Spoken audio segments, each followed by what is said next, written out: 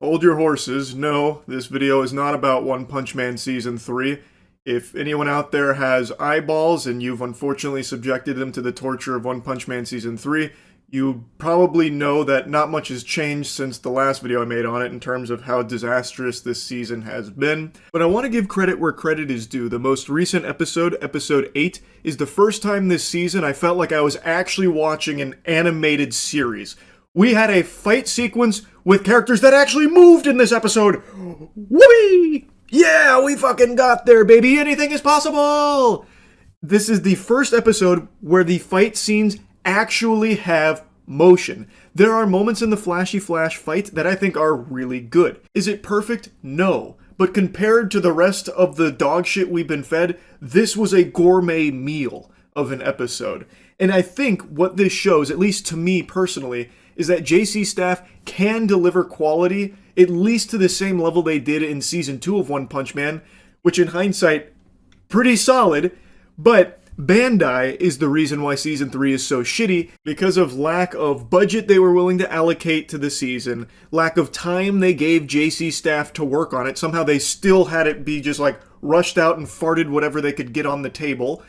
Even though it's been 6 years since Season 2, I think Bandai is the main villain here that has caused Season 3 to be so awful, so rough. And Episode 8, I think, is irrefutable evidence that JC Staff can deliver good quality animation if they have resources and time to do so, which Bandai deprived them of, just left them fucking emaciated, malnourished with no money and no time to work on it. But I was pleasantly surprised at the quality of Episode 8. The flashy flash fight, I thought, was really solid overall. It doesn't salvage Season 3, like it doesn't redeem it, but it is a nice treat. There's only a handful of episodes left in Season 3, so this is very tardy to the party here. This would be like me finally hitting a growth spurt and reaching 6 feet tall by the time I'm 85 years old. You know, at the ripe age of 85, I'm finally living my dream of being 6 feet tall. But you know, it's a little late. Kind of cool anyway, I guess, though. Point is, I'm glad Episode 8 was good. It's finally a step in the right direction, and maybe I'm just suckling on the supple bosom of hopium. Maybe I'm just latched onto the titty here. But maybe this is a sneak peek at things to come, that the next handful of episodes, it's going to finish on a high note instead of this sad whimper that the rest of the season has been. Probably unlikely, but who knows. What I do know is that we here at Cheeky decided to extend the Black Friday sales offer to today. So today will be the final day for the 20% off of all of our soaps using any creator codes. So go to usecheeky.com right now to get the best soap in the universe at an incredible deal. Anyway, like I said, this video is not even about One Punch Man, but I wanted to mention that really quick. This video is actually about a different anime, one that a while ago I said I didn't like. And I dropped it after like 5 or so episodes. It just wasn't hitting for me. But recently I wanted to give it another shake, another spin, because I've seen perpetual glaze for it, and I thought, let's just really commit to it and let's watch the series. And I really, really like it. Frieren. Frieren is a show that I'm sure you've probably heard of in some capacity because people love this show. And when I initially watched it when it first came out, I just had a hard time getting into it. Like, it was a very nice looking show and it was very comfy and cozy, but I just wasn't getting invested into the world or the characters. But I just keep seeing and have always seen so much praise for it that I just thought, you know what, let's just watch the whole thing, and if it's really not for me, it's not for me, but at least I, consumed the entire thing to know for sure. Which is typically not a philosophy I subscribe to. I think, like One Piece, for example. I, out of spite, committed to watching the entire One Piece series, but it took me like fucking 400 episodes to fall in love with it. I don't think it's reasonable or rational to expect everyone else to go through with that level of headstrong commitment for something that you weren't, immediately loving. I think it's totally okay to drop something after a few episodes if it's just not feeling like it vibes with you. But for Frieren, I just continue to see amazing things. So I said, let's do it. I want to give it another shot, and I'm really happy I did, because this time around, I genuinely thought it was like a masterpiece. I think Frieren is incredible, and now I'm super pumped for Season 2. I think it was such an amazing experience. I don't know what demon crawled up my ass the first time I watched this, but it must have been clouding my vision with sin and folly, Because I was a big dummy back then, I suppose. And looking back on it, it's weird because I've never had an issue with slow burn in media, whether it's games, movies, shows. In fact, some of my favorite are more of a slow burn experience, which Frieren definitely is. But I don't know, I guess just initially I didn't get hooked by the concept, and Frieren as a character wasn't someone that I felt I could care about across many episodes. And I think that's probably because the show does something I don't think any other shows I've ever seen have done. It starts you at the end of a hero's journey. Frieren's previous party had just completed the major task, defeating the ultimate evil, saving the world. You as the viewer don't get to see that happen. You don't watch the show that focused on that hero's journey. You are watching the show of what happens next through the eyes of Frieren, who is an immortal being. She is an elf, so the 10 years they spent on that journey saving the world, that's not even a blip on the radar of her overall lifespan. And the way she views the world around her is very distant and removed emotionally, because everything she is experiencing is so trivial in the grand scheme of her never-ending life. Her extraordinarily long life, all of this will be meaningless at some point. So she's very apathetic. There was a comparison I drew on my first watch that I still think is somewhat applicable, where there is a game, an amazing game I played a long time ago on the Xbox 360 called Lost Odyssey, that kind of tackles occasionally similar things as Frieren through some short stories in the game. And I don't know, I think maybe I just got the wrong impression for what the show was really about and where the show was going, because I didn't give it enough of a chance. But I'm just so happy I went back to watch Frieren, because this show really is special.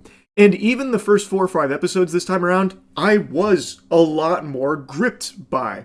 And the show does, really gather a lot of steam after you get through, the initial building blocks and the foundation that it lays.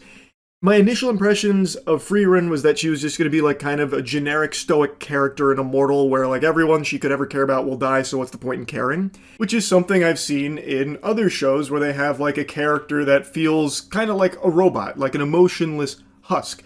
And I thought that's what they were setting Frieren up to be, where eventually they'd start to crack that shell slowly but surely. She is immortal, time is very different to her, but she has emotions, she has tons of emotions, and she conveys them in her own way, and she subtly changes as well in her own way as a result of all of her experiences and everyone that she meets, and she starts to have regrets, and she starts to care to learn about these people that she has a party with. So it's a very cool growth to see across the season, and I just think the show is beautifully done. It has action too. It's not just dialogue and doing chores. Granted, a lot of it is them making stops in their journey to do certain things, but the stops are also a really valuable experience too, and they're not boring or anything. I actually think some of the stops are the most memorable parts of the show, with what you get to learn and what comes from their experiences at these stops, where she's collecting grimoires and whatever is payment. It's just unlike anything I'd seen before, and I think my initial impressions were that it was going to be kind of boring, maybe even slice of lifey, so I just maybe didn't tune out and connect with the themes. But going back this time around, man, it fucking hits. Time has always been a very grand, scary concept to me. In fact, 2 of my tattoos are time-oriented pieces, as corny as that sounds. It's just so interesting the things you can play with in this ballpark when it comes to time. And the way Frieren uses it with her, I think is brilliant. The show is just truly a complete package. It is visually breathtaking. I think they've knocked it out of the park with the animation. The emotional beats really resonate with viewers, clearly, because it's one of the top-rated anime of all time. But even me personally, a lot of the themes that we're coming across, they do hit, and it feels very poignant. It is a well-executed show when it comes to its emotional moments, and its characters, I feel have a lot of depth and are very well fleshed out and established, and it makes you care about them and their journey. And it does also have action, and I think the action is great. I'll probably wait to do a full review on Frieren after Season 2, because it's right around the corner. But for now, I just wanted to put this out here about how wrong I was with my initial impressions of Frieren. This show slaps. I think Frieren is a masterpiece. So I definitely get the glaze now. And yeah, I just wanted to talk about it a little bit. That's about it. So yeah, One of the key lessons anime teaches its viewers is about the power of friendship and to never give up. There's always hope. But that's fantasy. In real life, you have no friends. Everyone hates you, and One Punch Man Season 3, there is no such thing as hope. Abandon all faith, because this show is just irredeemable, it seems. Episode 5 just aired, which is the one where I was trying so hard to buy into the hopium that the community was spreading about how this is where the budget went. This is what they were saving all of their resources for. Because the first 4 episodes of the show, it wasn't really animated, like, at all. There were a couple moments like Garo fighting for a brief second where they had a few moving frames, but otherwise it's fundamentally still images. You get more movement if you finger through the pages of the One Punch Man manga. Like, you just riffle through the pages, you'll see more movement than you will in the fucking animated show. In Season 3, Episode 5, this was supposed to be the big one. Like, this could have been a peak fight, and people were so desperate to latch on to the titty of faith that this would be good. Because it should be. But it aired, and I haven't seen a single person defend it. The best thing that can be said about Episode 5 of One Punch Man is that it's the best episode of the season. But that's like saying a fart is a little less stinky than a shart. Like, sure, that is technically true, but does it make it that much better?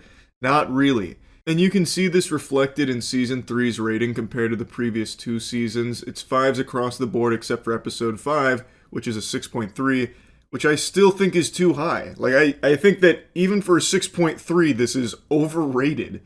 It's just, we've been eating shit for 4 weeks now, and now they served us poop. Yippee! It's not good. And like I said in the last video, I really believe that the main target for Spitballs for this catastrophic, disastrous season should be Bandai. Yes, JC Staff is not the optimal pick for One Punch Man. They should not have been the first round draft pick for Season 3 of One Punch Man, and I imagine they were chosen by Bandai because they were the cheapest option.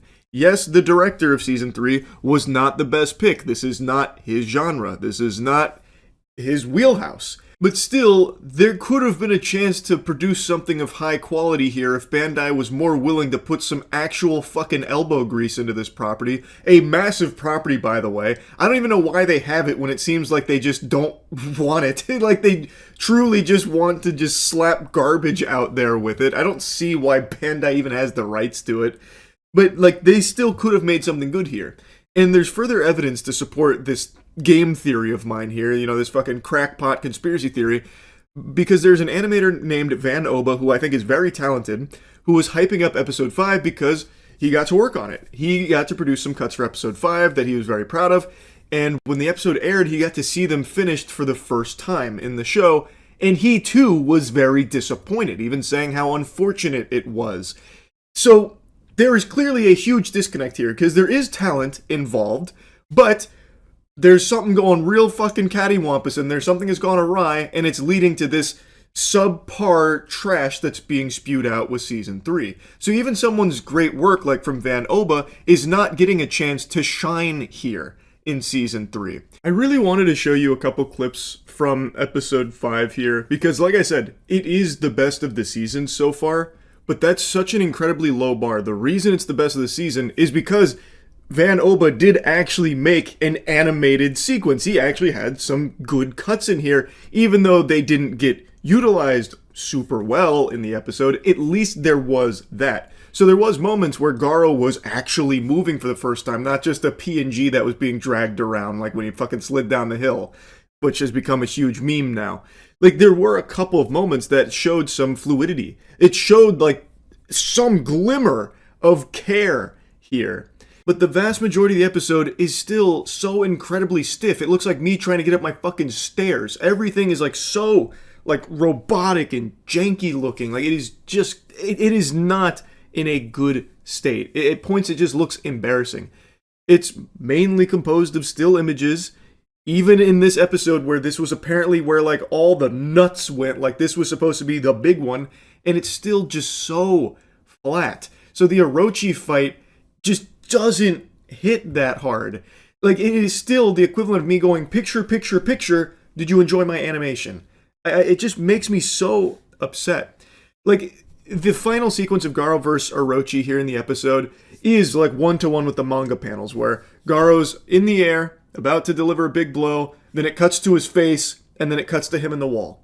And in the manga, I think that works just fine. I think it's very hype in the manga. But watching it in an anime format, it feels unfinished. It looks like it was an editing mistake. So if you haven't read the manga, I imagine you probably scratch your head going like, well, what just happened? Did they forget something here?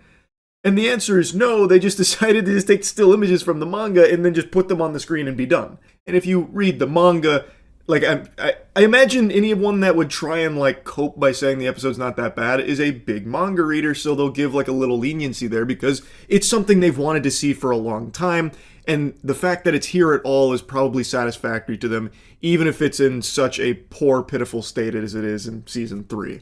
But if you haven't read the manga, it just looks so disjointed. It looks like it was an editing mistake that was kept in by accident. However, objection, I'm going to argue against myself here. I think even manga readers should be disappointed by this because there is so much cut content here.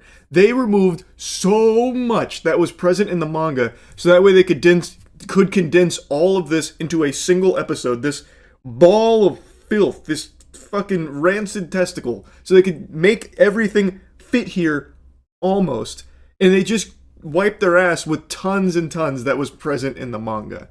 So like, I feel like it should be underwhelming to literally anybody.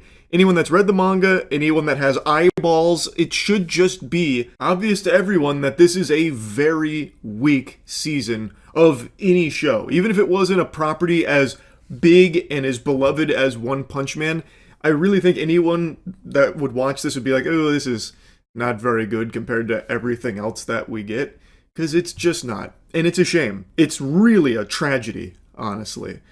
And I can't stop yapping about it, because I'm very surprised at just how rough it is. Like, Season 2 got a lot of criticism, including from me, for being much worse than Season 1. Season 1, I guess, was kind of lightning in a bottle, magic that they're never going to be able to recreate, but Season 2 was a big step down from that in the animation department, but it was still held up well by mostly everything else. Like, the pacing worked, the writing was still hitting, the characters were still great. In Season 3, it's 6 years later, you would think that after the criticism when it came to animation in Season 2, that'd be one of the main things they'd want to improve on. But somehow they went 10 steps backwards. It is significantly worse than Season 2 animation, and I really think because of how disjointed everything is, a lot of the jokes and the pacing are not working anymore. So everything just feels flat. There is just so little to like about Season 3. It's just so fucking sad. Because again, I know talented people are working on this, like Van Oba. But there is something in this pipeline, whether it's because they've been resource-starved by Bandai or something, that is just ruining it. And it sucks to see. It really does. I know I've made 3 videos now yapping about Season 3. I haven't been this passionately upset with something since Game of Thrones Season 8. Like, that's how bad this has been to me.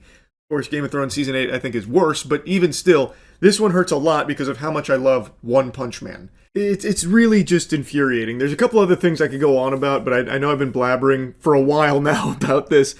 But another thing is, this season, for some reason, has this idea in its head that if you just put like a blue filter on things, it means it's stylistically hype. So there are so many like iconic panels from the manga that in this season are just worse and painted blue. Like, there's just this blue hue to them. Not even a blue hue. The whole thing is just fucking blue. It's like Eiffel 65. Like, every time there's like a really cool shot, it's just blue. Like, they translate it to just being blue for no reason. So, like, so much of this just feels like a mess.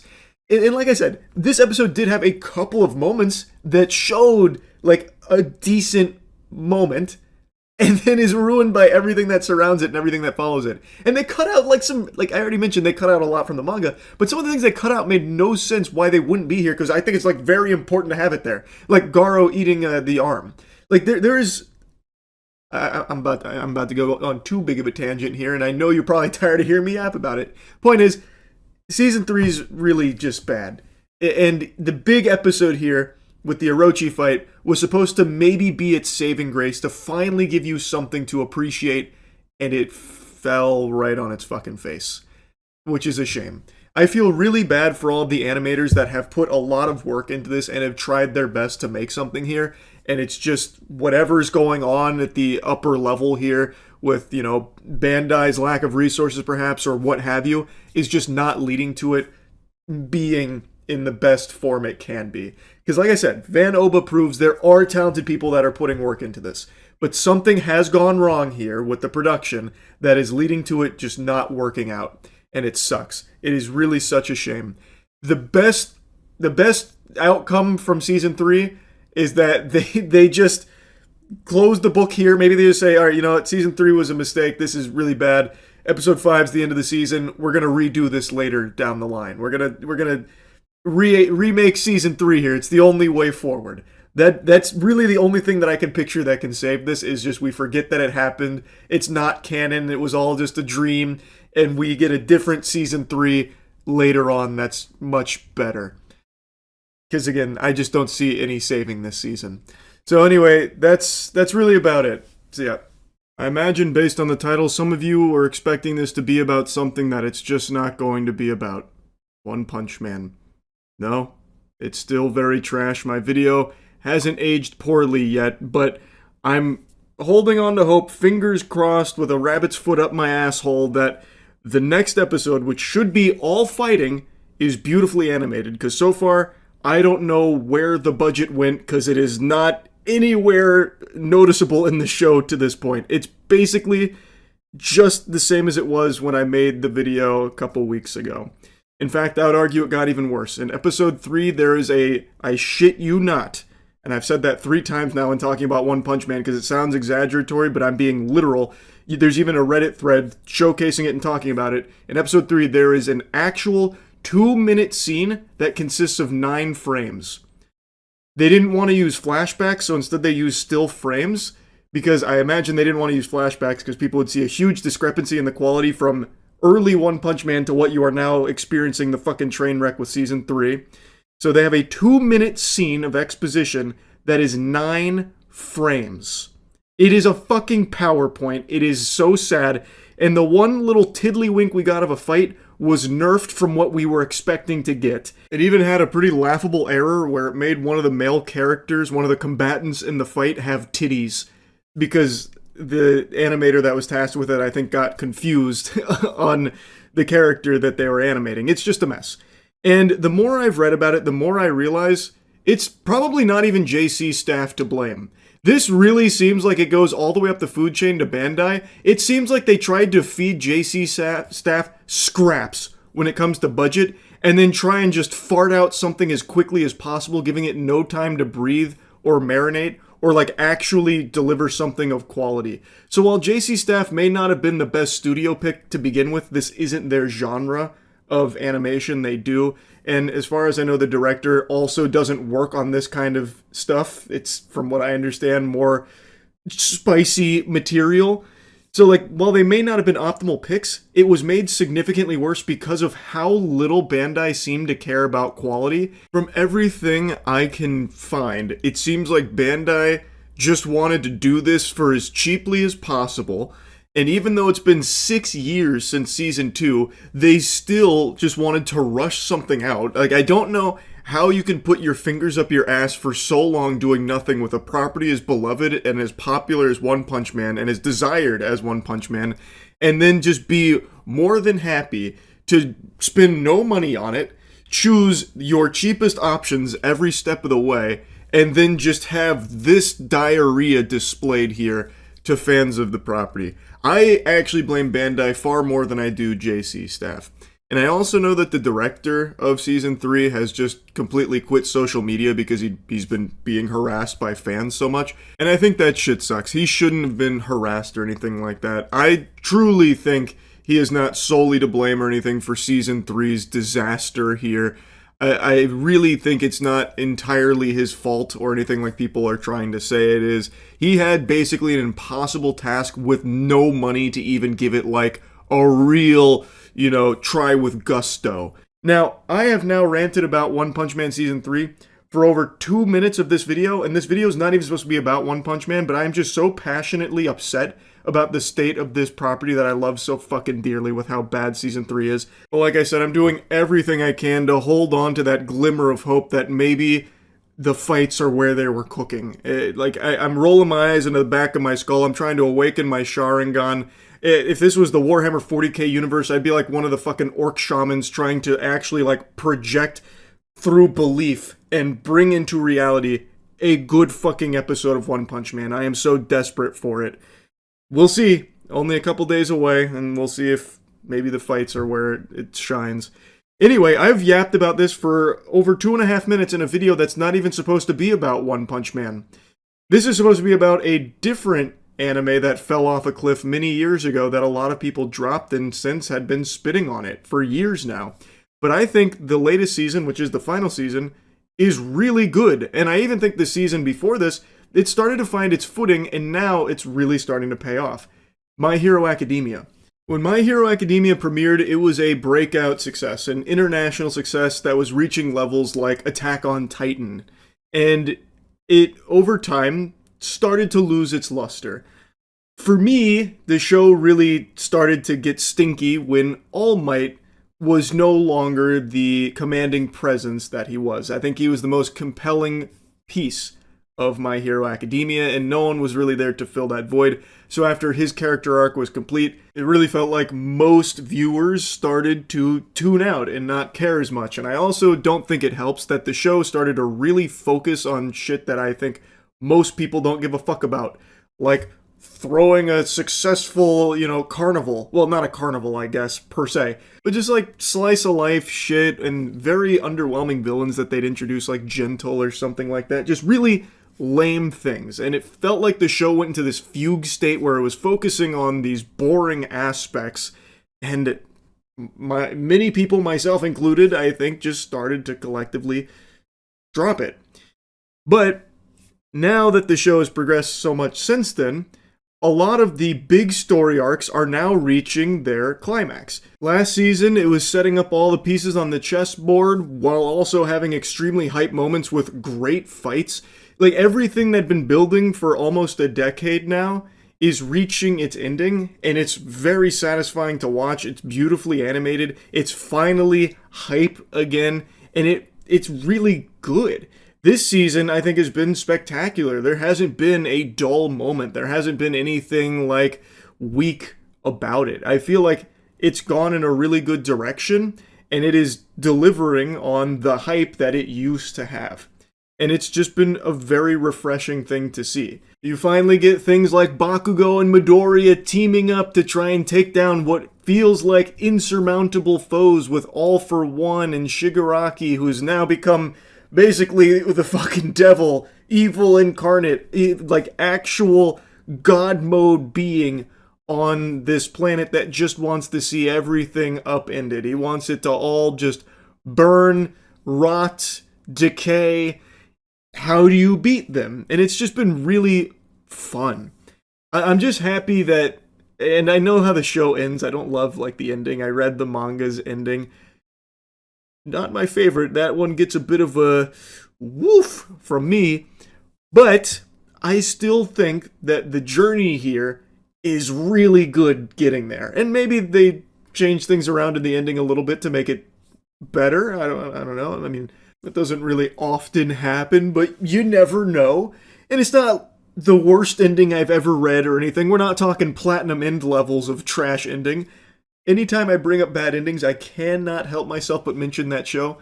I'll give you a brief synopsis for why I hate that fucking ending so much. It is the goofiest thing I've ever seen to this day. Platinum End was an anime that I was very excited for, written by the creator of Death Note. It's a pretty cool premise. God is withering away and he's choosing his successor because there needs to be a god. So these angels go out and they choose their champion, basically. And they choose people that were suicidal, tried to take their own life because they believe that those people are the best candidates because they understand life more so than people that haven't gone through that kind of hardship. So they each choose a champion, and then it's a battle to choose the next god. They fight each other. one thing leads to another. There's a character that's introduced that says point blank numerous times, if I am chosen to be God, if you guys decide that it should be me that ultimately becomes God, I will kill myself. First day on the job, I am taking my own life. And they're like, okay, that's not good. We can't really have that because everything would be destroyed. Like, everything would be ruined with that. So they kind of sideline that idea until the very end. They then choose that guy to be God. They then decide, you know what, that actually is like a really great idea. Let's have that guy who has told us exactly what he's going to do be God. And lo and behold, he gets the position, it submits the resume, he wins, and pretty much immediately, he kills himself. And in doing so, all of humanity dies with him. And they're like surprised by it. It is so stupid, and that's the end of the show. Humanity's dead. He did exactly as advertised. He took his own life. Everyone dies with him. And then there's like a little dialogue at the end about like, you know, how everything unfolded from some other beings. Stupidest fucking ending ever. So I can confidently tell you My Hero Academia's ending is not nearly to that level. But I just personally don't like it.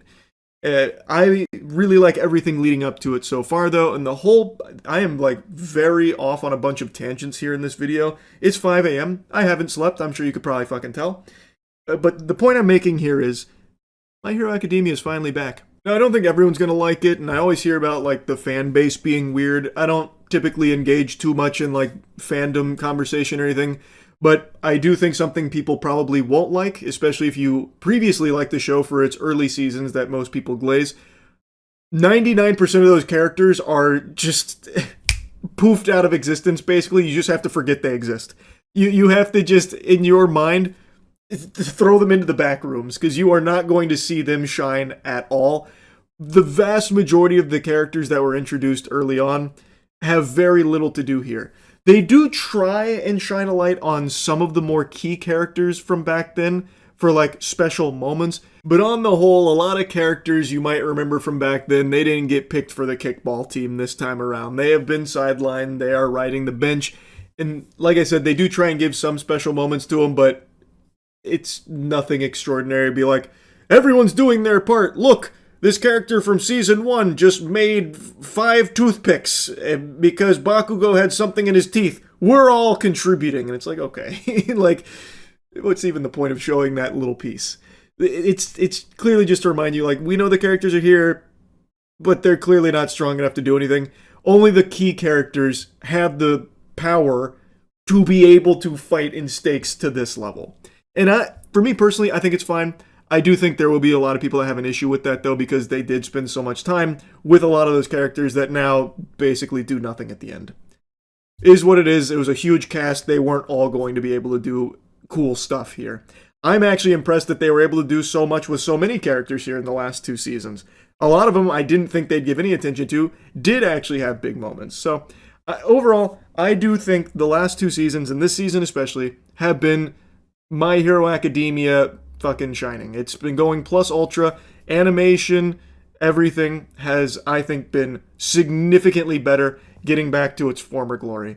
So I just wanted to put that out there because I know most people still poo-poo on it. Most people are still under the impression that My Hero Academia is, you know, dog shit or whatever.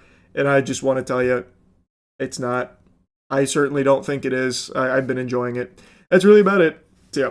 When I review a movie, the typical process is this. I'll go see it.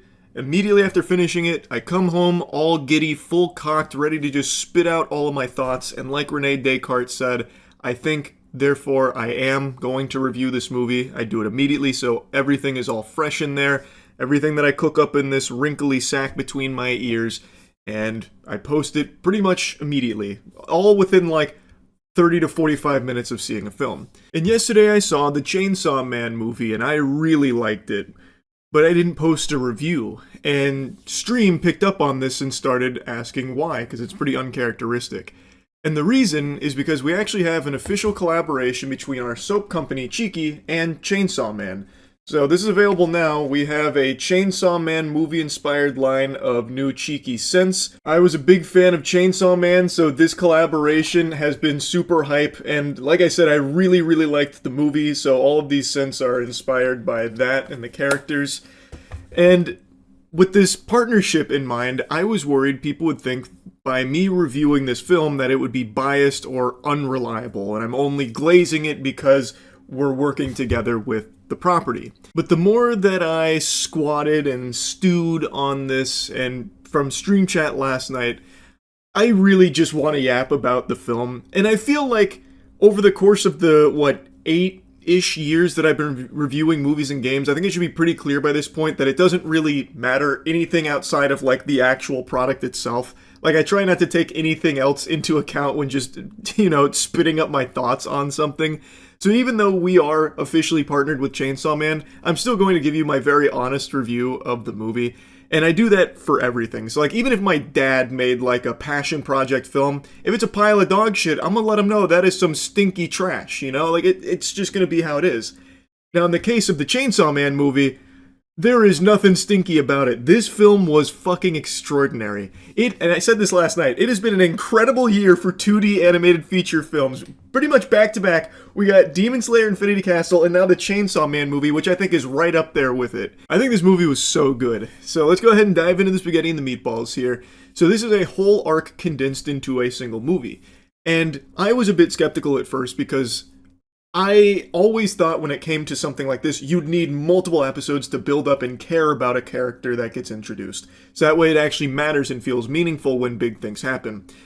But I have really come around on this arcs as movies direction that the industry seems to be going. I think Demon Slayer's done it really well, and now Chainsaw Man has proven they can do it really well.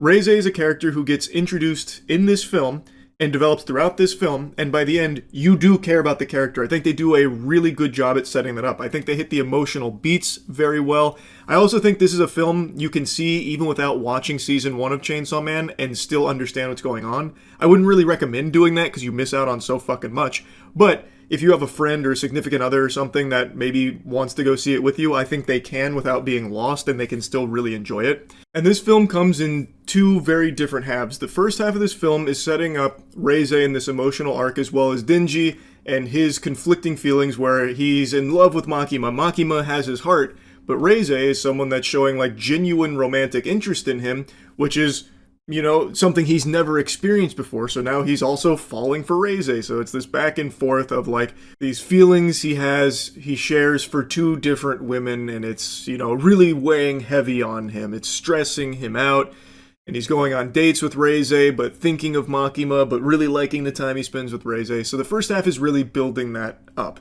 and getting you to care about Reze. And I think they do a good job. The first half is very much a slow burn where it is a lot of slice of life going on, and it's really well done. It's detailed. Slice of life is my least favorite genre in anime, but in here, and maybe it's because of the time constraints of a movie, they're able to do slice of life without having it feel like it drags on or overstays its welcome. It feels like every single slice of life moment is there to build up this relationship and get you sold on this character, Reze, and I do think there are some people that will find that boring.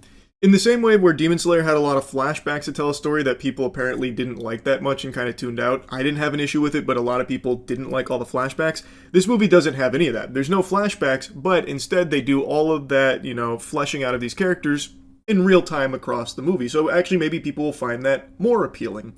But I just do think that there's a chance in the first half of this film where it is very, mundane tasks that Denji goes on, little dates with Makima and Reze, where people might find it to be uninteresting.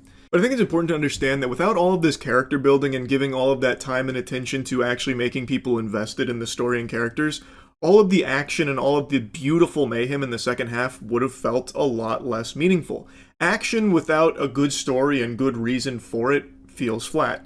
And in this film, that is not the case at all, because they spent a lot of time and a lot of care building everything in the first half. So then the second half, it feels like an even bigger payoff watching it all unfold. Something else I feel people might bump on is if you're not super familiar with Denji as a character, maybe you would be put off by how highly sexual he views things. So when he's, conflicted on his feelings with Reze and Makima, he pictures them in lingerie type thing, and he sees two sets of boobs, that kind of thing. Though I would say in the context of the story, there's a real reason for that. Denji is a guy who has experienced nothing but misery and agony his entire life, and now all of a sudden, out of nowhere, it's turned around for him where he is having friendly interactions with people, which has never happened, and now women are actually showing interest in him, which he never even thought was possible in the first place. But it turns out that these women are actually just using him. He is very easily manipulated because of how little experience he's ever had in his life, so they use, like, sexual shit as a way of controlling Dingy and grooming him. So it does, like, make sense in the context of the story, but I do think that some people might be put off by that. Anyway, though, let's talk about the second half, because I think this is where everyone is going to be losing their fucking minds, throwing popcorn and how hype it was, because the entire second half of the film, the fights with Bomb Girl, are just incredible. Once Bomb Girl is introduced, once she comes into the fold, it is from that moment till the credits roll, fighting. She fights Aki, she fights fucking everybody. Fucking civilians she starts throwing hands with. And Dingy is teaming up with a shark fiend named Beam, and he rides the shark into battle with his chainsaw, like, wrapped around him, like the chainsaw blade that is, like, wrapped around him. It's so fucking cool. And not only is Bomb Girl fighting everybody, but she actually has a tag team partner named Typhoon, who, from the name you can probably guess, has the ability to basically controlling, like, the weather and like a typhoon, and it's just so chaotic and so fun. It's super, super hype. Also, big shout-outs to the music choice here. I heard Maximum the Hormone come on during one of the fight sequences, and that was a joy. I have not heard Maximum the Hormone in, good lord, who knows how long. But when Maximum the Hormone track started playing, my god, it was time to lock in. That's what Dankin said as well on stream. It really is super hype. The entire second half action is breathtaking. It is so, so good. I will say, though, when Chainsaw Man is, like, directly fighting Typhoon, like, actually in the mega mix deep in it, since Typhoon is just, you know, flinging so much shit around, there's a lot happening visually. You know, Chainsaw Man's riding Beam, this fucking giant shark in there, there's a lot happening. It can be a bit visually cluttered at times, but I don't think it ever reaches a point where you don't know what's happening and you can't see the action. I think it does a really good job of keeping everything, like, digestible, where you can easily tell what is going on. I just think when it gets to the Typhoon, like, towards the end of Typhoon fight there is so much that happens that it does get a little muddy, but never to a point where it was like, you know, what the fuck is happening? I just wanted to mention that there is a bit of clutter there with Typhoon in particular, towards, like, the final section there of him fighting Typhoon. But overall, I think this movie was great. I really, really liked it. And hopefully you don't think that this is just a biased perspective on it because of our partnership. I am very excited by the Cheeky Chainsaw Man collaboration. Like I mentioned, it's out now. All of the soap smells amazing, and I'm very excited, very happy to be working with them. But that plays no role in my thoughts on this movie. If this partnership didn't exist with Cheeky and Chainsaw Man, I would still have the exact same feelings on this film. So, yeah. Anyway, that's really about it. So, yeah. I'm making this video with the hope that I am extremely wrong here, and in a few weeks we can all look back and point and laugh at how off I was. Like, I want this video to age horribly. But with my hand on a stack of Bibles, I don't think it will. One Punch Man Season 3 has started, 2 episodes are out, the second one just aired, and you can probably still see my eyes are a bit red from the tears that I shed watching it and rubbing them away. Not because I witnessed peak, but because I witnessed pee. Actual waste. One Punch Man is one of my favorite property. I've watched it weekly since Season 1, and it's one of the very few anime that actually got me interested in reading the manga. I've talked about this before, but I typically don't read manga of property that already has an anime adaptation because I'd rather not know what's coming. I'd rather it be a surprise. Even though I typically don't mind if I get spoilers or whatever, because for me it's more about the journey than the destination. But still, I prefer to be surprised when it happens, oohing and awing and kicking my little legs in my chair when there's a big plot twist or something that unfolds. But One Punch Man is just so juicy to me. I love the world. I love its whimsical, wacky characters, and it is so full of spectacle. The fights are extraordinary in a beautiful manga. And I even really like in One's webcomic the way that he portrays things in there. I love everything about One Punch Man. It is a beautiful manga that I can't help but sink my teeth into, even knowing full well it will spoil what comes up in the anime. I can't resist. And like I said, it's very uncharacteristic of me to do that. Typically, the manga I read is on things that don't have real anime adaptations, like Berserk. Lord help us. It is so sad. Bit of a tangent.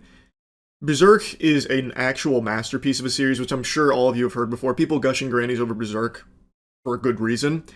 It is a sin that it doesn't get a true, real anime adaptation past what they already did in the 90s. What happened in 2016, which we don't need to reopen old wounds there, but I don't want to get too lost in the sauce. Point is, I don't typically read manga for things that have an anime. One Punch Man is the exception because I absolutely love the characters and the world there. Anyway though, One Punch Man Season 1 I think is one of the best seasons of anime ever produced. And throughout streams people will often ask, I've never checked out anime, what should I start with? And like clockwork, I will always recommend One Punch Man Season 1 as an entry point to the medium. I think it is just so well done. From its pacing to its beautiful, breathtaking animation, unbelievable animation, the fights are incredible, but also just the character work is executed so well in Season 1. It is extremely good. It is extraordinary. And Season 2 rolled around, and it was a bit of a wet fart. That one was very disappointing to me, and I know a lot of people don't like my take on it, but I mean, it's how I feel about it. I think it is just such a huge step down, not only in the obvious decline in animation quality, it's a different studio, it's JC staff that took it over, which doesn't typically do something like One Punch Man, and they did not a great job. Season 2 did not have the greatest animation. It was no longer fluid, it had some really wonky CG in there, and it just wasn't as great as Season 1. It still had its moments because the characters are just so well done, like from the source material, it's hard to fuck that up, but man did they try. It was still a fine season, but just such a huge step back. So when it was announced that Season 3 of One Punch Man was once again going to be that same studio, I was immediately sad, but I tried to remain optimistic that maybe this time, given more time to cook, they could deliver something better. And now that we're 2 episodes in, they're delivering something even worse. It is actually even worse. Season 2 got dubbed by the fans One Frame Man because there's so little animation. A lot of the times you're watching still images, basically just manga panels in a PowerPoint. Season 3 is even worse so far. I shit you not, in the latest episode, episode 2, there is 2 separate scenes where it is a still image with the slowest panning camera imaginable. I actually thought my TV froze. And it goes on for like 20 seconds. Like it lingers for 20 seconds on just a still frame and some like narrator dialogue. And it's just inexcusable. How can something as good as the One Punch Man property get this treatment? It's incomprehensible to me. It's just insulting, especially considering some of like the most slop trash manga is getting beautiful anime adaptations. Like these actual nothing burger properties you've never heard of that are just actual garbage, bottom of the barrel slop. Like last winter, the Wizard Lord transmogrified me into a paperclip and whisked me away to Vampireville, where all of these vampire babes shoved me up their ass and tasked me with defeating the Demon Lord. And it's like, who even knows what that is? And then the anime rolls out and it's breathtaking. Like, why does that kind of garbage get that kind of passionate studio treatment, but something like One Punch Man, beloved, gets JC staff spitting in our face? I don't understand it. Now, I want to mention, I don't think they're doing it on purpose. I just don't think this is the kind of studio that can do One Punch Man justice. They already proved they couldn't with Season 2, yet they're hopping back on the saddle again with Season 3 just to prove people even more right that they just can't do it. So why did they even get this work again? It doesn't make sense. These 2 episodes have been abominable. Like, they are not good. Even outside of the obvious lack of animation, if you watch Season 3 of One Punch Man, you've probably noticed that there's pretty much no movement happening in this show. To call it an animation is being really loosey-goosey with the term. You're looking at pictures mainly, with dialogue. You're not really seeing anything move. Now, in the last episode here, at the very end, it's gearing up for a fight. And there is a little bit of movement at the very end there. Which is why I'm making this video now, because I believe that in the next episode it's going to follow the Season 2 formula where that fight is mainly going to be impact frames and camera pan, but not actual action or animation. But I'm really, really praying, fingers crossed, I am wrong with that. In this episode, I shit you not, there is even a scene where Garo, when he's going down a hill to break up these bullies from picking on this kid, they didn't bother to animate anything there. So to have him go down the hill, they took Garo, that still image of Garo, and just moved it down. Literally panned him down with no animation at all. It is so janky. It is so gross looking. Now, I've read a lot of conflicting things about why this is in the state that it is. Apparently, like, there was a bunch of back and forth on who was going to get season 3, and it ultimately ended up in the hands of JC staff, but it took like a prolonged period of time, so they didn't have a lot of time to get in the laboratory and work on something of high quality here, so this is what they shat out. I don't really think that's an excuse, to be honest. Like, something needs to change in that case where scheduling is better, or like extend the deadline instead of just like pump out whatever just to, you know, slap it on screen and ship it when it's clearly not in a state for that. This looks so undercooked. It is just half-baked. And to be honest, at this point, I'm not even sure if my anger is misplaced on JC staff or if it really is just like Bandai refusing to invest real money behind this project because maybe they're just so content with mediocrity. They know this IP is so popular, people will watch it no matter what. So what's the point in delivering something special? Like, I think that's equally possible as well. Like, maybe they're more to blame than JC staff. Like, maybe they just weren't given enough time or enough resources to make something good. I'm not really sure, but it is just tragic. And I don't think Season 3 is going to get better. I actually think it's only going to get worse with the fights based on these first 2 episodes. But again, I'm making this video hoping that I'm wrong, and it could be something that we look back on and be like, wow, Charlie's no Baba Vanga here. Look at this prediction being super fucking wrong. Well, in that case, it'd make me exactly like Baba Vanga, to be honest. But point is, I'm hoping that all of this is just water under the bridge over the next few weeks as Season 3 of One Punch Man continues, and maybe it gets incredible and it just goes ballistic. Maybe they just wanted the first 2 episodes to look like shit as part of a, you know, galaxy brain plot to make people think it's going to be a bad season, but really it's going to be the best season. It's hard copium from me here, but whatever. What happened to the show I love, man? To see where One Punch Man Season 1 was to where this is now, a decade later. It's been a decade, by the way, and this is only the 3rd season, and it looks this bad. It's just infuriating. It really is. Anyway, though, can't wait for episode 3 here of One Punch Man Season 3. Maybe that's the one where it's gonna really get it together. That's when it all comes together. Anyway, just wanted to yap about this. That's it. See ya. I was going to turn on the desk light here to illuminate it a bit better so it doesn't look like I'm telling scary ghost stories, but I decided I kind of like this vibe for the topic. Because this is a scary topic. Too many people are sleeping on an incredible show. I'm not seeing enough glaze. I'm not seeing enough movement, I'm going to be honest. There is a show that I just finally finished, that only just recently ended, that I am just not seeing get proper nut care. Like, I'm not seeing enough people fondling those balls. It's To Be Hero X. So far, it is my favorite anime of 2025. I do still have a couple others to catch up on, but I can't really imagine any of them somehow surpassing this in my eyes. I think the show is extraordinary. The first, 3 or 4 episodes had me under a very different impression for what kind of show this was going to be. Immediately, it's pretty clear that the animation is beautiful, and it's a show that uses multiple styles.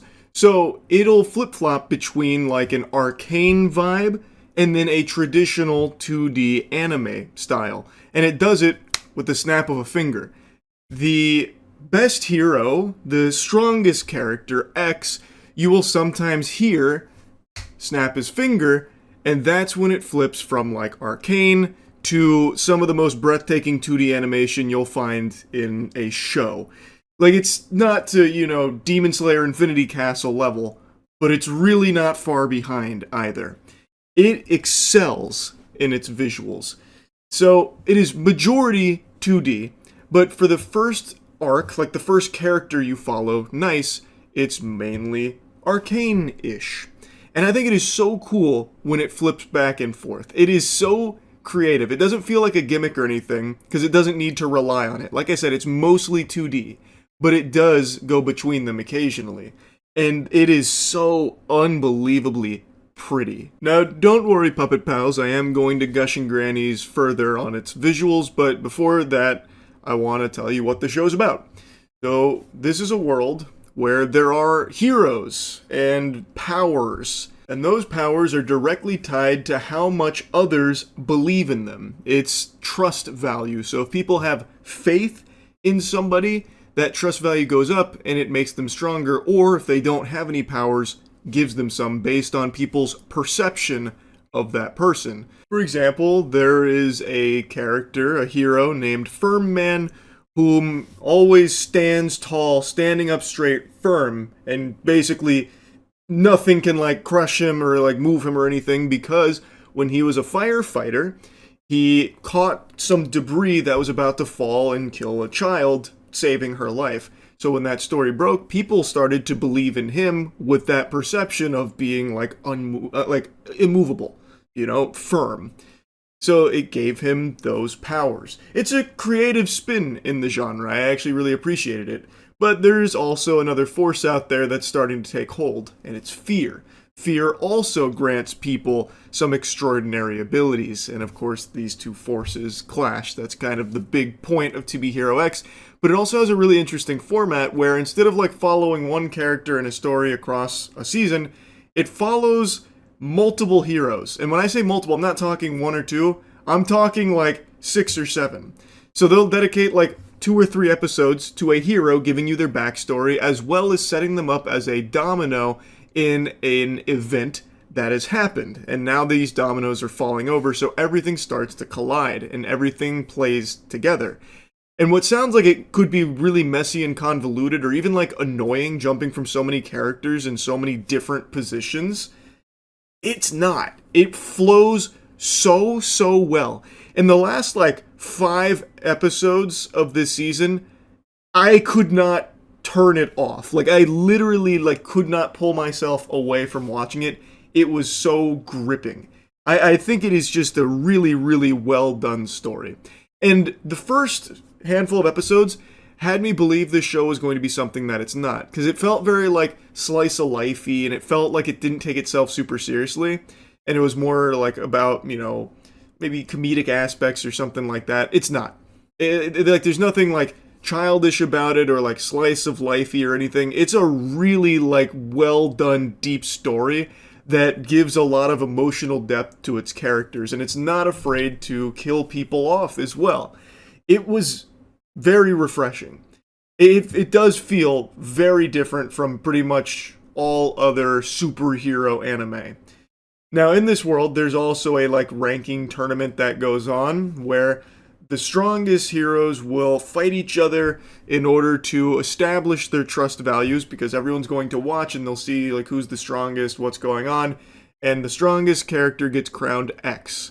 And typically when someone gets crowned X, the strongest, they only hold that title for like a very brief period of time because everyone else is able to catch up and surpass them in the next tournament. But the new X is someone we don't know a whole lot about, but he defeats people in an instant with a snap of his fingers. He's just victorious at all times. And this guy aura farms like a motherfucker. He is super cool. Like, he is such a cool character. He has very little screen time, but every time he is in an episode, he's like the highlight of it, and it just gets you glued to it. I really, like, I cannot praise this show enough. Like, it's not just carried by outstanding visuals. It is the complete package. But anyway, since I did mention the visuals again, I can't stress enough just how good looking this show is. I think this has the best fights of the year as well. Pretty much every single episode has a huge battle, like a big fight between characters. And they do not cut any corners. Holy shit. It is so well animated and well choreographed. They are like drawn out long fight sequences, just full throttle. And they are outstanding. Especially like Queen vs. Boa, I think is the best example. That whole episode is basically that fight. And it is so fucking great looking. Like, I highly encourage you to just, like, watch that clip of Queen vs. Boa. We are talking, like, Ufotable level animation to its action. It's so fucking good. Like, I really think that what they've done here is something special. And I am shocked more people aren't talking about it. Another thing about this show, it has really good music. It has boner jams. Like, I'm telling you, they use the music in some very hype moments, and it elevates it to a new level. There is one thing, though, about this show that I really wish they didn't do as much of. Since they are telling so many different character stories, it's more of like an anthology than anything. Which, again, I actually really like the way they do it here. But there is one thing they do a lot that kind of got annoying towards the end of the show, where they will reuse the exact same scene that you've seen before and then sprinkle in like the new spin on it from the character's perspective. So for example, when they're about to go investigate an alien ship, this is a pivotal moment, and you'll see it from one character's perspective, like when he was recruited to it, and then another. But instead of just showing you that character's perspective when they get introduced to it, they will reintroduce the entire scene to you. So they will repeat literally whole scenes sometimes because, again, they revisit it but from a different angle. But instead of just showing you that new angle, they show you the whole scene again and then add the new angle. So there was a lot of times where I was like, oh fuck, I've already seen this before, and I contemplated just like fast forwarding through it because, again, it's the exact same scene with no alterations until the character comes into the fold there for it. So I think they did that a little too much. Maybe that was for budget reasons. I would think that's probably why, because obviously they've already animated that, it's already finished, so if they reuse it, well, they save some money there having to do something a little different. I think that might be the reason, but it did get kind of annoying. Overall, I highly recommend the show, obviously. I do think it is underrated right now. I think this is flying way too under the radar. This is a show that I really would expect more people to be hyping up because there are so many, like, notable fight sequences. At the very least, I thought this would be something that people would be sharing, like, a lot of clips of from some of the bigger fights. So I'm really surprised to see that's not the case. So I really think this one, like, for me personally, is my anime of the year, and I really think a lot of people would really enjoy it. They maybe just haven't heard of it. So I'd say check it out. To Be Hero X slaps. That's really about it. See ya. Yeah, I definitely think it's anime of the year. Dan Da Dan is a show that really came out of nowhere for me. Never even heard a whisper about this manga before, but then once episode 1 of the anime hit, everyone's screaming its name from the rooftops. I also thought it was Dan Da Dan until 3 minutes ago when I decided to look it up, because last time I mispronounced something, that's the entire comment section, is just how much of a fucking Neanderthal I was for getting the pronunciation of something wrong, so I wasn't making this mistake again, especially not when it came to something as sacred as anime. I probably would have been thrown to the guillotine and had my soul exterminated like the Emperor did to Horus at the end of the heresy. And I wasn't going to take that chance. So I have confirmed that it is Dan Da Dan, and I am also confirming that it is anime of the year. When this show dropped, my whole chat was telling me about it, saying I need to watch it, and then every single week from that point forward, they'd always ask me if I'd watched the new episode, and if I had, what did I think of it? I haven't seen this level of hype around a new anime since Chainsaw Man. And I think the show lives up to the hype. I wasn't disappointed or let down. Not that I really could have been, I had no expectations, because just like the top shelf in my kitchen, I had no fucking idea this existed. So I was just pleasantly surprised at how good it is. And on paper, it's not the kind of show I like, because I have been a very outspoken Scrooge when it comes to slice of life. I'm really bored by it. I don't like slice of life. I can count on one hand the amount of slice of life anime I've ever even moderately enjoyed. And now, I'm going to have to add a new finger to that hand, because I do like this one, and it does have slice of life elements, but it's not putting all of its eggs into that basket. It has a lot of action, which is animated beautifully. The animation in this show is spectacular. Also has by far the best opening in recent memory since probably Vinland Saga Season 1. So yeah, the action is really good. It's beautiful, it's fluid, it's fast, it's chaotic. I was really surprised with how high quality the animation was for this show. Basic concept of this show is that it revolves around aliens and ghosts. Two things I fucking love. I'm obsessed with aliens, and every new alien update that hits the planet, me and my dad talk about it and argue about it daily, and I fucking love ghosts. I hunt those bitches. I've gone on 4 different ghost missions to try and prove their existence, even though I myself don't believe in them even a little bit, just for the sake of seeing if maybe I'm wrong and ghosts are real. So I love aliens and ghosts, and they combine both of these into a really beautiful stew. And our main characters are discovering they have powers. One gets psychic powers. The other gets a spirit possession power, where Okarun, that's his name, gets possessed by a spirit called Turbo Granny, who bites his wiener, steals his cock, and then it ends up, through a large series of events, granting him the ability to call upon her really impressive power.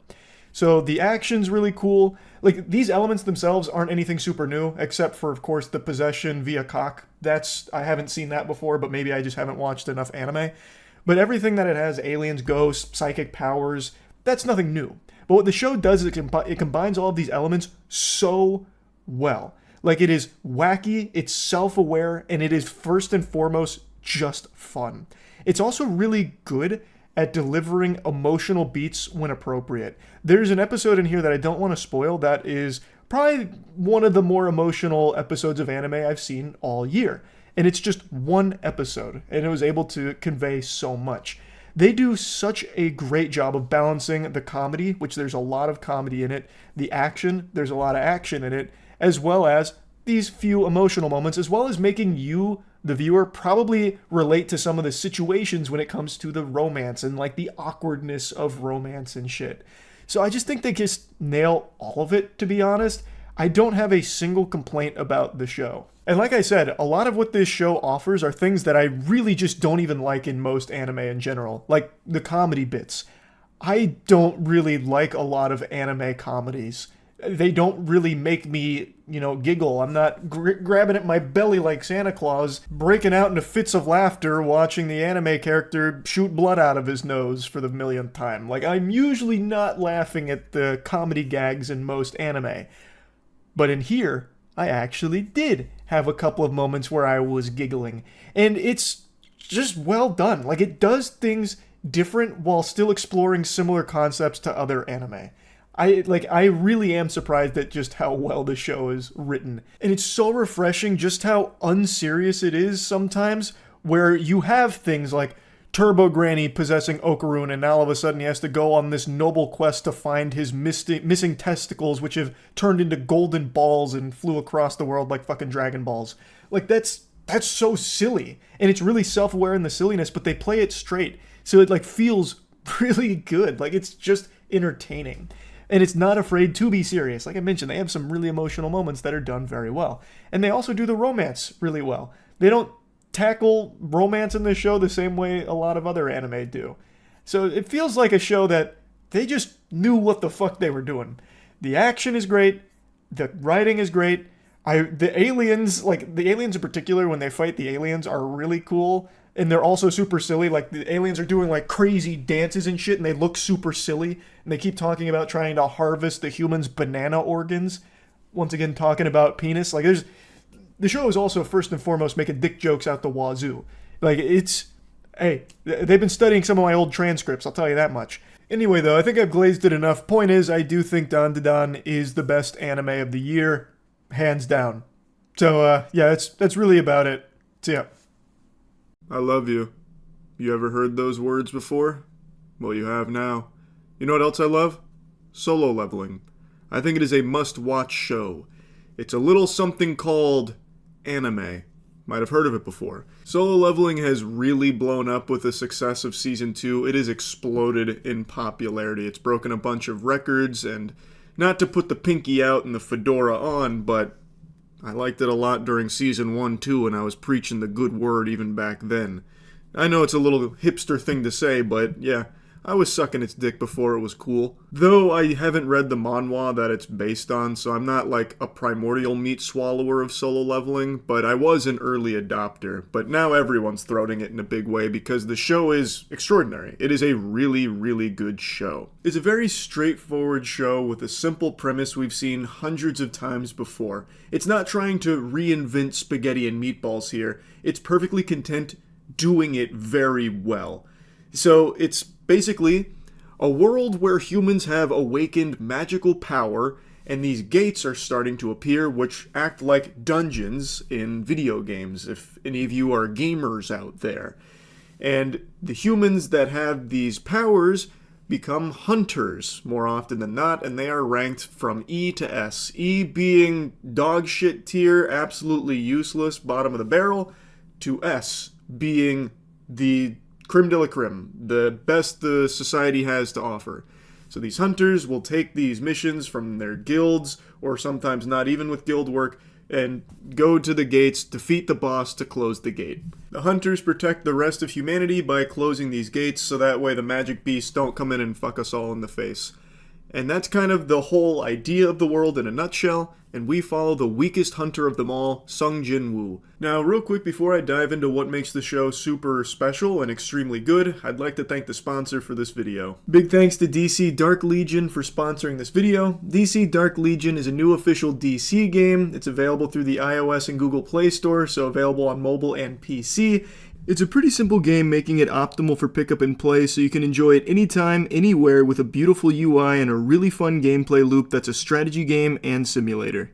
Where you're going to be collecting and building out your DC champions, making them bigger and better, customizing your bat caves, saving civilians and building shelters, and you can fight alongside with and battle others in a PvP game mode as well. With a high-quality comic book art style and an authentic DC experience with a story that'll have you going through iconic locations in the DC universe, as well as having iconic beloved DC characters in it, it's a game that's filled to the brim with content. It's free to play, almost all champions released at launch can be unlocked for free within 1 month of play, and you can collect over 350 bleed draws to unlock almost all champions. You can use my gift code DCDL999 to get plenty of resources and 3 hero pulls called World Anvil Fragment. It's available now. Big thanks again to DC Dark Legion for sponsoring. So Sung Jin-woo is an E-ranked hunter who is absolute trash. He can't fight shit and he is useless to pretty much every party he's on. He is a knuckle sandwich magnet.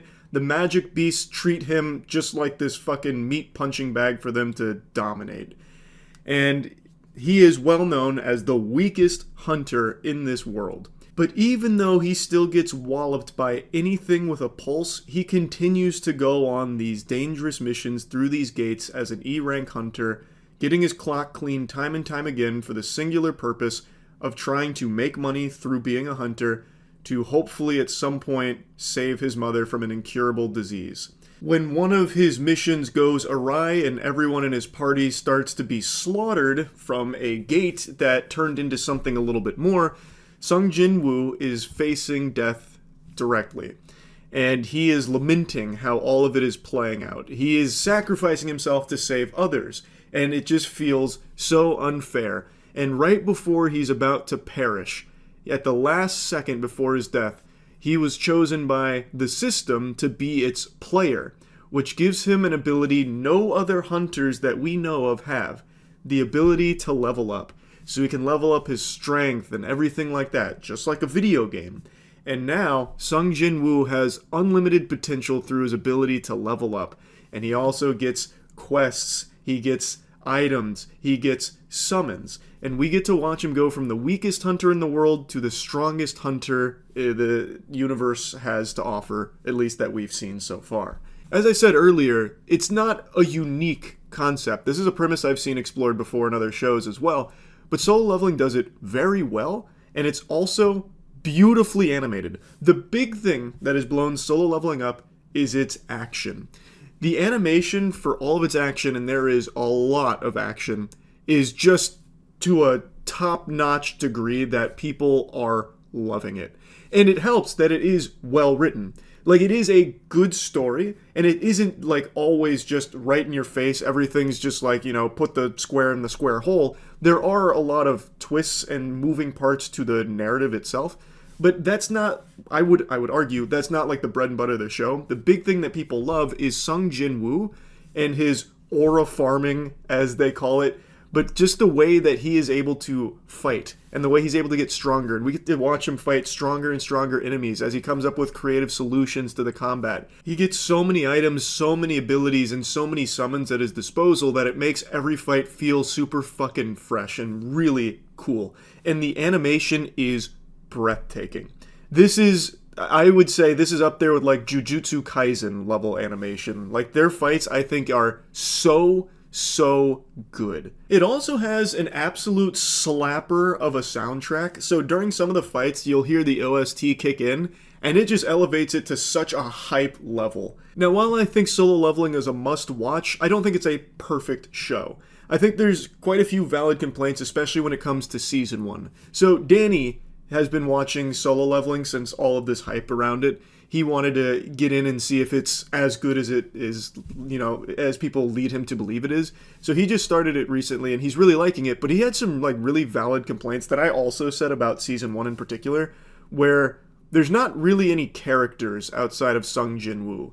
Yes, there's some other people that are introduced, but they're never really fleshed out. They're kind of just there in the background, just kind of idly doing shit, while Sung Jin-woo is going through all of these gates and his own quests by himself. I mean, as the name would imply, solo leveling. But that kind of makes it so you never really get to care about anyone besides Jinwoo, because you just don't really get to know anyone besides him. Which for some people, they're not going to give a fuck, but I do think it is a valid thing to say, felt a little underwhelming that you only have one character that you ever really care about, and that also every fight Jinwoo gets in usually wraps up in 1 or maybe 1.5 episodes. Throughout all of Solo Leveling, we're watching him become just fucking busted strong. He is overpowering everyone pretty easily most of the time. There are a lot of times, mainly in Season 1, where it is life and death, he gets very close and then squeaks it out. But for the most part, he is dog walking them. He is absolutely eating their lunch. He comes through, he's got, hands by his side, cool, calm, collected, and he just fucks them. And it's very hype. It's very cool. But I do think it could be kind of lackluster for people where you build up to this really strong boss fight that ends in 5 or 6 minutes because Jinwoo just slaps them around. It feels okay, he's like One Punch Man almost at this point, you know what I mean? I could see why that could be not as satisfying to watch for some people, but for me, and I guess tons of other people, it is. Because the fights are still really beautiful. Jinwoo I still think is a really strong character, not just in terms of his actual power, but I actually think he is just a compelling character to watch and root for. But it is fair to say that if he's never challenged, it would get stale. Because you want to see him actually have to try and struggle against a really strong enemy where he finally overcomes it. That's part of the hero's journey.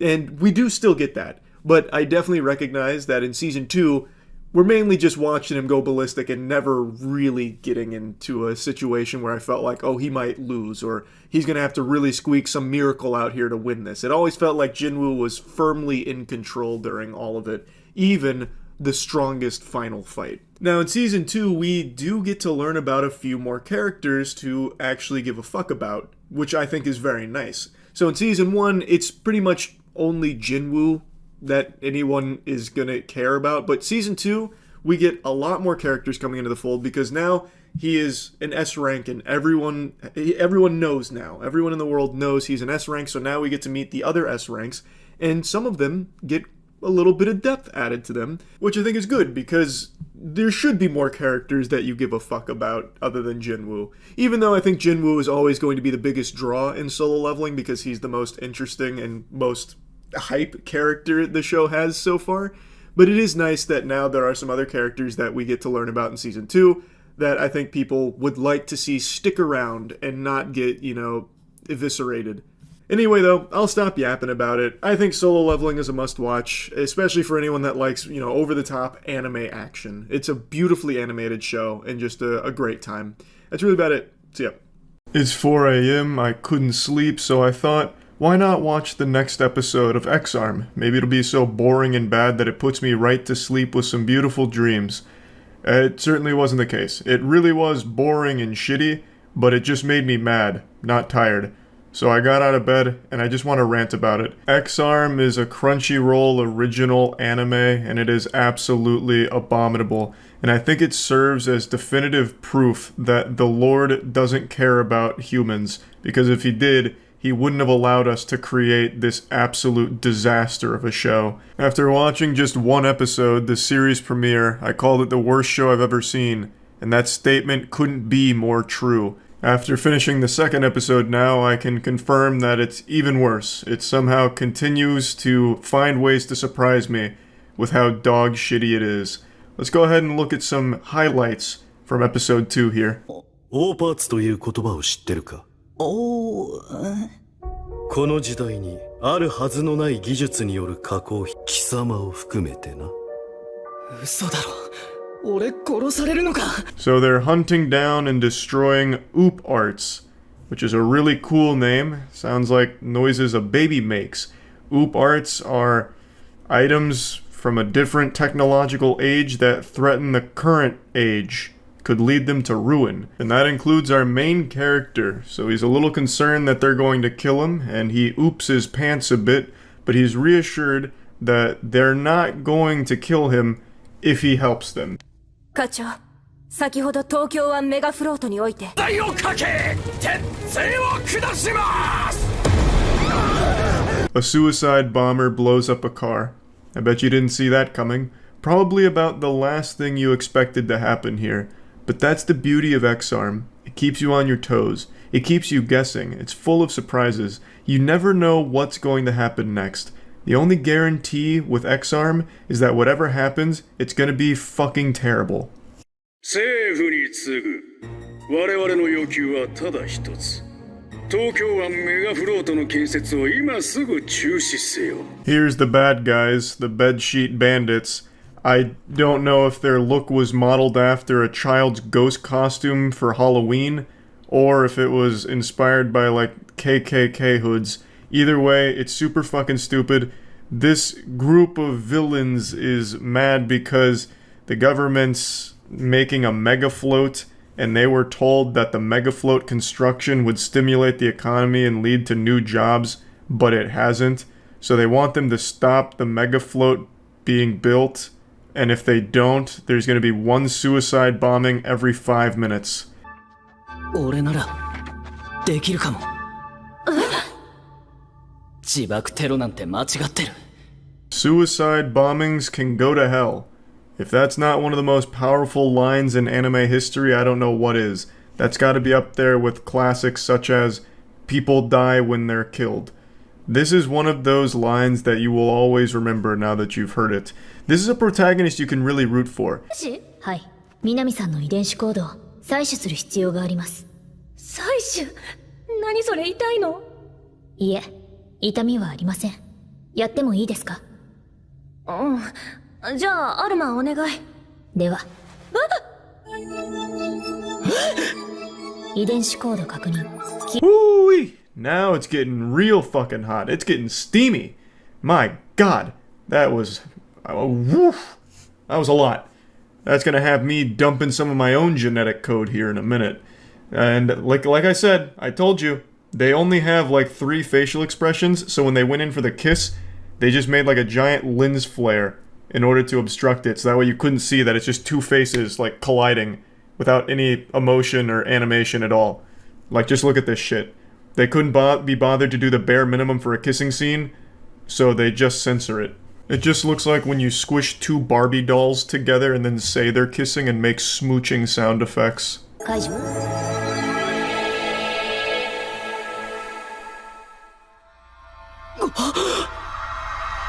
リンク完了。 Somehow that kiss establishes a link between Alma's body and the briefcase boy, so then she enters into the cyber realm where he's experiencing some kind of binary post-nut clarity and is able to take over her body. I'm not a scientist, but I would say that this makes a lot of sense. It sounds pretty grounded in reality. I imagine when AI does eventually take over the world, it'll be very similar to this, where they have to like start making out with us and then stealing our genetic information. なんだ。助けてくれ。二人目を確保。ねえ、天国ってあると思う？はぁ？捕まえた子が変なこと言ってたんだ。天国へ行ける神様はいるって。The squad rolls out and starts executing people in the streets. And by that I mean they like tranquilize them in broad daylight and bring them in, and then start talking about heaven being real. So the thing that looks like the Xbox Kinect here is the main character, Akira. As you remember from episode 1, he died, but then like his consciousness was implanted into this X-arm machine, which is confined to a briefcase, and this little robotic eyeball thing. くそ木まで盾にするとは。あの町で見たこと。神父様が私にこれをつけてくれたの。新しい世界を作るのよ。邪魔はさせない。 The conversations in the show are so fucking silly. One minute they're tranquilizing people in the street and locking them in cryo chambers, and the next second they're talking about the existence of heaven and God. From this, though, they track it down to a church where they find the main big bad guy, and he's got a massive army here that's ready to go fucking hog wild.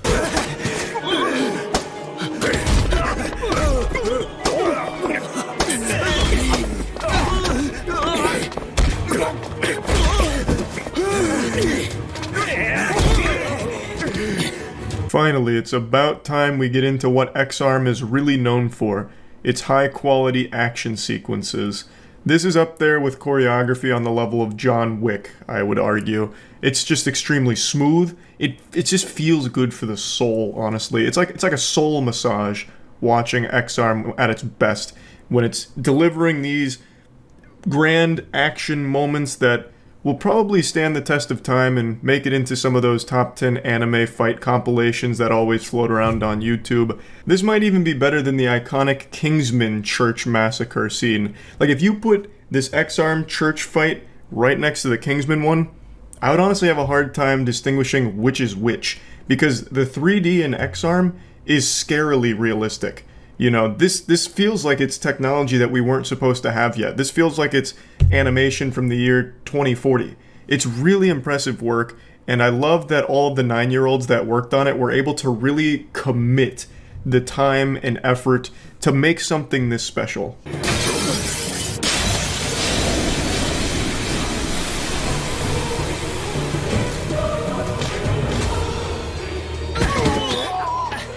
Yeah, that was fucking incredible. She busted in there, super cinematic, and delivered a dropping crane kick onto a bad guy in slow motion.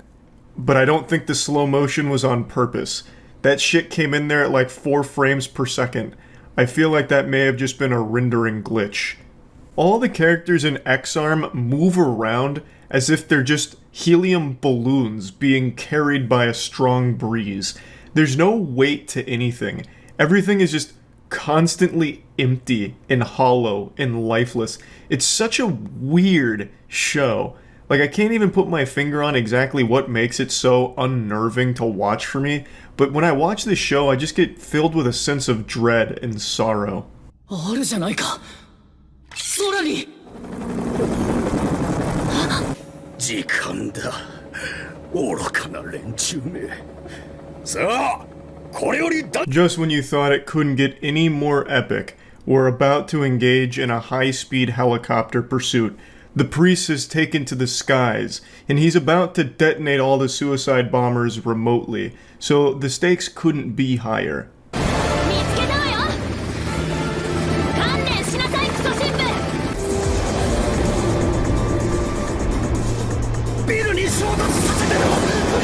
I want to briefly just talk about the helicopter design here, because whoever came up with this idea needs to be thrown in jail immediately. This isn't high-tech, and it's not cool. It doesn't make any sense. This looks like some shit you'd find at Universal on one of those rides, like the Avatar ride or something. Like, why in the world would you pilot a helicopter from the outside of it? That doesn't give you any advantages at all, unless you're trying to, like, kill yourself quicker and just jump out, but you don't want to take the trouble of opening the door. You know, it makes no sense. This isn't even, like, futuristic looking. It just looks like someone thought motorcycles were cool, so they took that concept of riding a motorcycle and strapped it onto a helicopter here.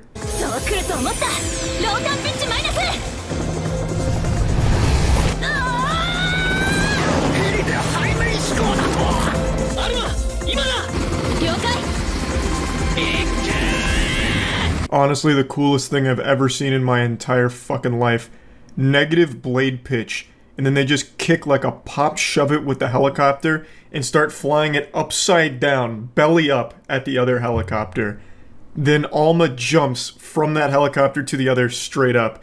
But clearly, we're dealing with YouTube level first time animators, so they didn't actually animate anything. Instead, they just put the camera behind Alma's head and then made her move closer to it with the camera in order to simulate her jumping towards it. But I don't even care, because that negative blade pitch helicopter maneuver was legendary. チェックメイトです。このままマジで突っ込め。そこをどきなさい。天国カモン僕の大勝利。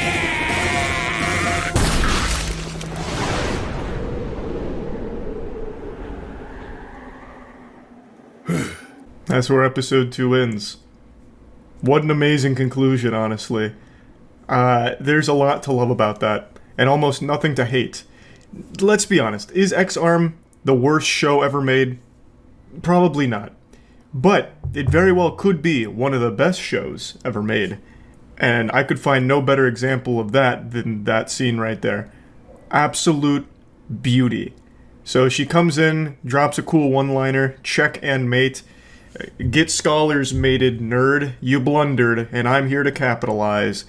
And then he decides he's gonna blow himself up, and he calls it like a flawless victory for him, even though I disagree, considering he's dying, like he's suicide bombing.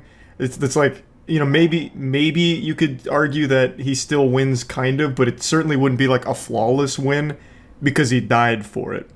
But he didn't win at all because out of nowhere, a sniper headshots him and he falls out of the helicopter. Amazing. That's X-Arm for you. You gotta expect the unexpected, and you're gonna love it every step of the way. If you're a fucking clinical psychopath. This show is remarkably silly in all of the most not entertaining ways. Occasionally there's silly moments like this ending here I actually like a lot, with the helicopter going upside down and then the guy just getting sniped, a really anticlimactic ending. I think that's great and like bad, good, like fun bad. But the majority of the show is just terrible exposition, the worst animation you'll ever look at, and it's just insulting to a certain level. But anyway, that's episode 2. Can't wait for episode 3. That's about it. See ya. I'm just gonna preemptively ask for forgiveness from the Lord here, because I'm coming in raw and no rubber. I just need to vent. Go ahead and get your Bible out and get ready for some amens, because I'm ready to fucking preach. I just finished watching episode 6 of Promised Neverland Season 2, and it is, without exaggeration, the most abominable, putrid pile of dog shit I've ever seen in an anime. Fair warning, there will be spoilers for this show, though I wouldn't recommend it to even my worst enemy, unless of course you only watch Season 1 and pretend Season 2 never happened. Season 1 of Promised Neverland is a damn near masterpiece. Season 2 is like it's been written by Tommy Wiseau overdosing on ketamine. It is bafflingly bad in every possible department. So as I mentioned in my Moist Meter, Season 2 doesn't follow the manga. And in my eyes, that's not an unforgivable sin. I haven't read the manga, I don't really read manga, I'm too fucking cool for that. I'm an alpha chad that only likes the moving pictures and the shooty bangs and titties all over the place in my anime, so I don't really know anything in the manga. But from what I've read, Season 2 has skipped everything in the manga, and I can absolutely feel that, because the show is now devolved into like a story time for 4th graders. Spoilers, again, I'm just going to give you another fair warning. Norman comes back in episode 5. And in episode 6, it is spent in a circle where Norman just explains what happened in the manga, but never happened in the anime. So you never get to see any of this shit, and also, some things that happen in the manga just don't even exist in the anime. But anyway, Norman spends the entire time telling you about things that you never saw and never will see in the show. And it's like 10 minutes of just exposition diarrhea. This man is just vomiting facts all over the place, and it sounds like something a child would write. Oh, I was shipped off to this other facility, and I was experimented on, and then I met a guy named Shmi, and then Shmi died, and then I got some superpowers that make me like a super badass galactic emperor. Oh, and I created the ultimate weapon which can kill every demon in the world. Oh, and I'm gonna do this plan tomorrow. All of that happens in a single episode across like 10 straight minutes of exposition in a circle while everyone just looks on and cheers. You go, Norman, yeehaw. It's so bad. It's so fucking bad. it breaks like the pivotal rule of storytelling when it comes to like movies and shows, where it's, hey, show, don't just tell. This is nothing but telling. This reads like some kind of fucking fan fiction being read out loud in front of a creative writing class. It's unbelievable that this is the direction this show has taken. And also, like I mentioned in my moist meter, the jump from episode 4 to 5 is so fucking incredible. Episode 4 has them running away from somewhere, and episode 5 has it pick up a year later, without telling you anything that's happened in between. It's just, oh, now it's a year later. Oh, and now they're scavenging for food over here. Oh, and now they meet Norman again, who now just spends 10 minutes letting them know that he's created the fucking nuclear demon device to fuck them all in the asshole. It's so fucking unreal. The show, in season 1, I thought was going to be one of the all-time greats. I thought Promised Neverland was on the right path to be like a staple in anime. A show that anyone could pick up and love because there was so much to like about it. Season 2, I don't know how anyone could possibly like it under any circumstances. Even if you were losing your virginity during an episode of Season 2 of this show, you would probably still feel gross and disgusted. You'd probably just tell them to just stop, get away. I need to turn the TV off first so I can get this garbage out of here. It is so unbelievably bad. It's insulting. It insults the viewer's intelligence by just breaking everything down for you in like this step-by-step wiki-how of what happened that they never showed you and you couldn't possibly know because it didn't bother even going there. It's so bad. And what's even more insulting is the fact that before episode 6 they did a special episode, which is a fucking recap of the show. 5 episodes in, they recap it.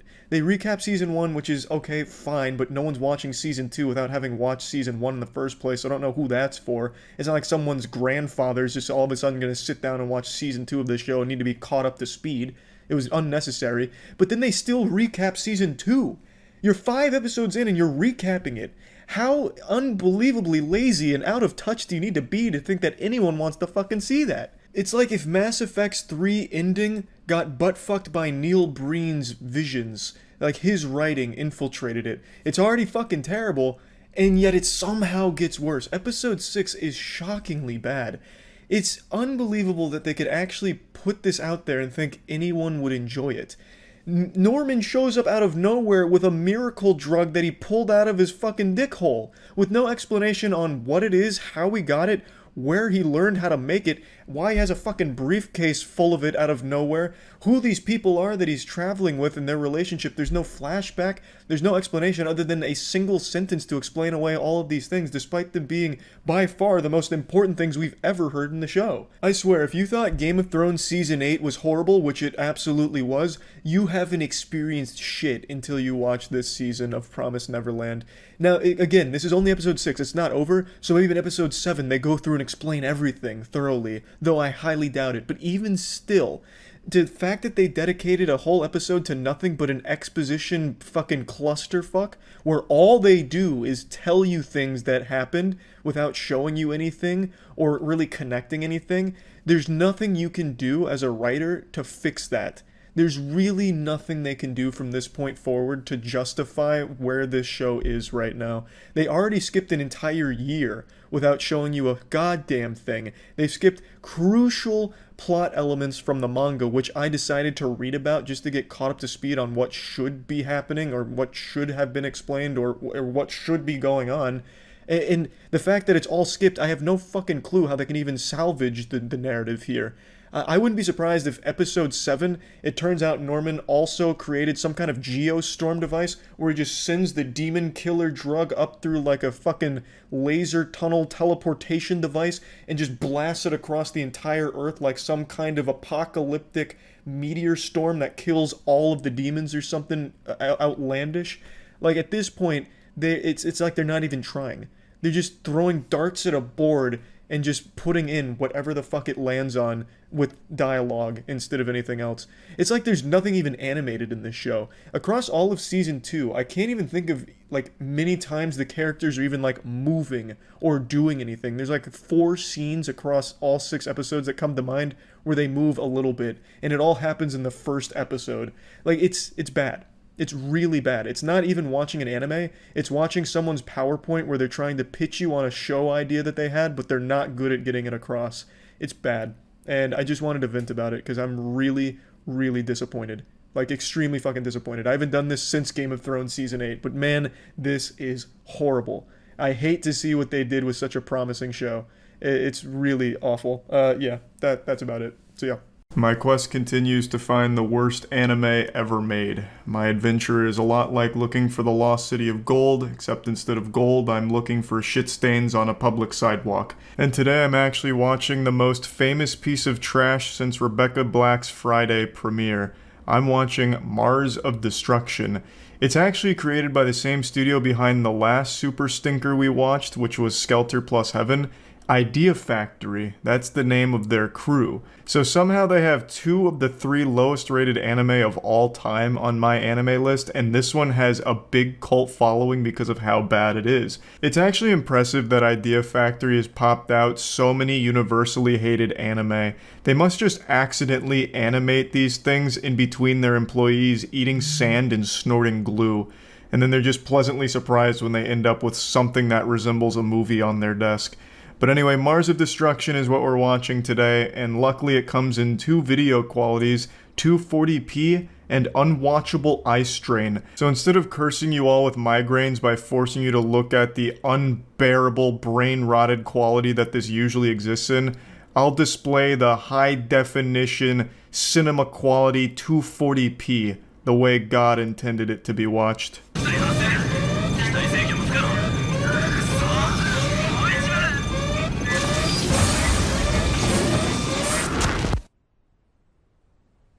What an intense introduction to capture your attention right away, some edge-of-your-seat type thrills.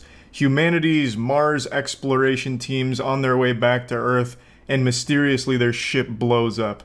And that's a bit of an exaggeration. It doesn't really blow up, it just kind of like peters out. It's like a sparkler getting extinguished.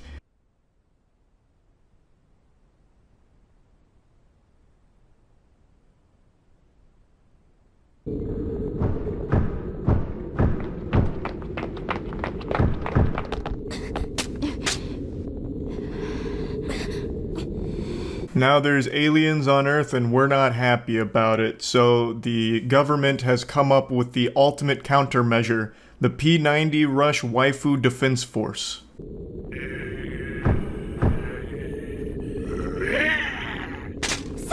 体目を確認。応援が行きます。持ちこたえて。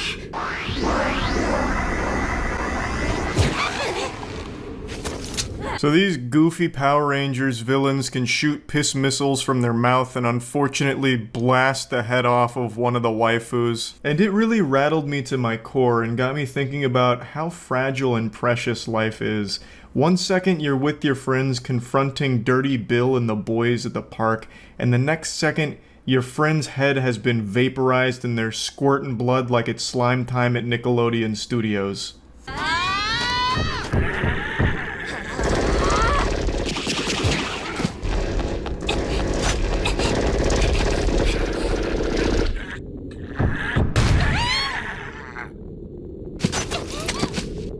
So I'm pretty sure that their anti-alien team is just a rebranded neighborhood watch because they're clearly not very trained. This girl ran up and missed every single bullet from her clip at point blank range on a giant enemy, but I guess it wouldn't matter if she hit the shots anyway because her friend did and it did nothing but tickle the monster. So even if they are just like stormtroopers closing their eyes here with their aim, it seems useless. They're not equipped to handle the situation.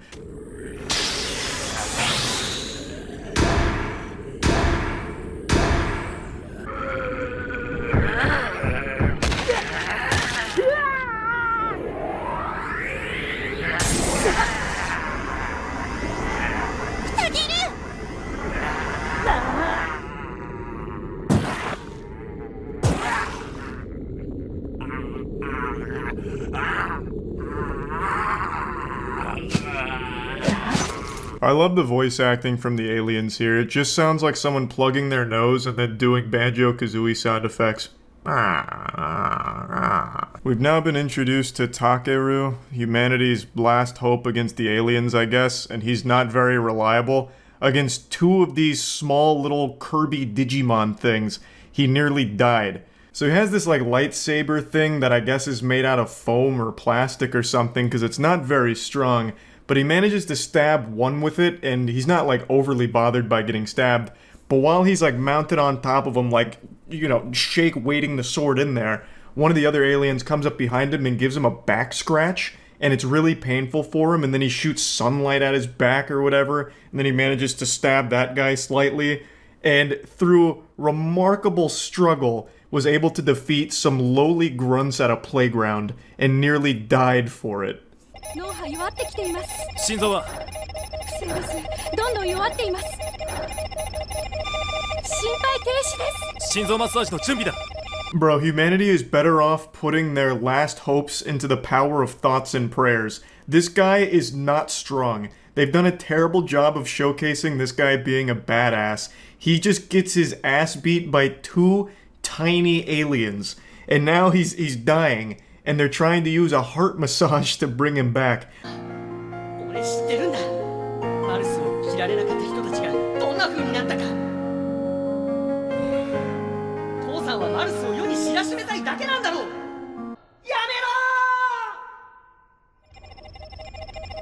めろ。よし、持ち直したぞ。強心剤を頼む。 Luckily, the deep tissue massage was enough to restart his heart. I'm no medical professional, I'm not a classically trained doctor, but I don't know how often a heart massage is performed, but my god, it seems effective. We also get to learn a little bit more about Takaru. His dad is the one who created the Mars suit and forced his son to wear it against his will, and now he's alive and back to this corporeal realm thanks to the power of the masseuse on staff. But I actually think this is a terrible thing for humanity because now they're going to be forced to rely on him again, and he's super weak. I feel like he would get manhandled by a group of elementary school bullies. こっちは完全にダメだ。 But I do really like this scene here. The attention to detail in Mars of Destruction is unmatched. Remember the girl whose head got blown off? Well, luckily they got her to the hospital, so there was still a chance they could have brought her back, I guess. I love that idea, like, oh my god, our friend her whole head just got deatomized. Quick, get her to the emergency room. Maybe the doctors know some kind of head massage that can reassemble this at an atomic level. And then, like, they're disappointed when they're like, no, this one's gone. They're like, oh, no, I can't believe this. I thought there was still a chance. Great scene. アースト未確認遺跡人対策班。増加する謎の遺跡人と呼ばれる怪物から市民を守るために組織された特別チーム。チームメンバーは警察関係者の中から秀でた人物が選ば。 Now we learn a little bit about the ASS program, and I can assure you none of them are good at anything. Every time that any of these agents are on the screen, they're just getting beat the fuck up or having their head blown off.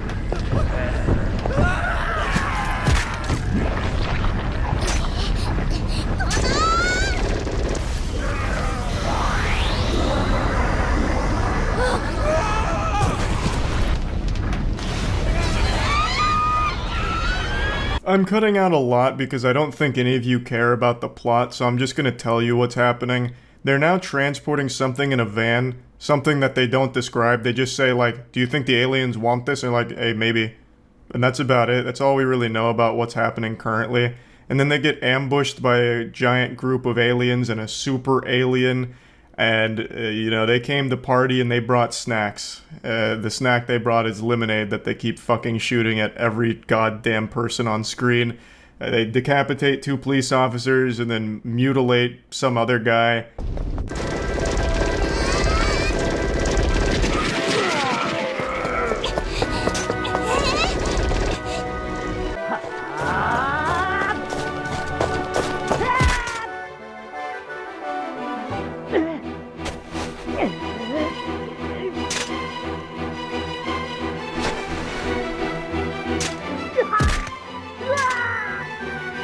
The music choice is inspiring here. In fact, Beethoven himself wrote this piece for Mars of Destruction. Everyone knows that Beethoven was a giant weeb, and it's great to see them proudly display his work here. I will say, while this is obviously not good, Mars of Destruction is at least animated, which is more than I could say for Skelter Heaven.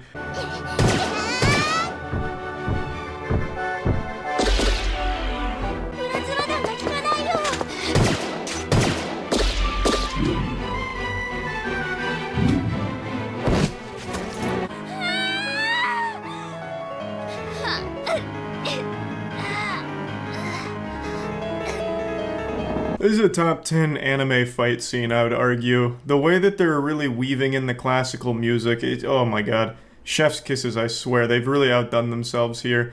So, I'm gonna fast forward a little bit here. So, the bullets aren't working. He's just absorbing them. They also can very rarely hit bullets in the first place because every single one of these assed soldiers is overdosing on Xanax or something, I guess. They just cannot, like, actually aim anything. But god damn it, that won't stop them from trying. Also, Takaru has his arm broken, so he's not happy. まだ試作品だけどこれを使うしかない。プラズマライフ。でも使い方が。 From out of nowhere, they just happen to have the ultimate super weapon, which she pulls out of her asshole, I guess. And I will say, one thing I really appreciate is the attention to detail when it comes to even the voice acting. So you'll hear that Takaru's voice is muffled, and that's because he's wearing the Mars suit. The genius. So usually in anime or literally anything, when someone in a suit's talking, you can hear them. It still sounds like they're just talking normally. But here they're like, wait, he wouldn't be sounding normal because he's in a suit. So then they had the voice actor talk into his hands kind of like this, or like into a pillow or something. And it really drives home the idea that this man is suffocating in that suit, and you can barely fucking hear him.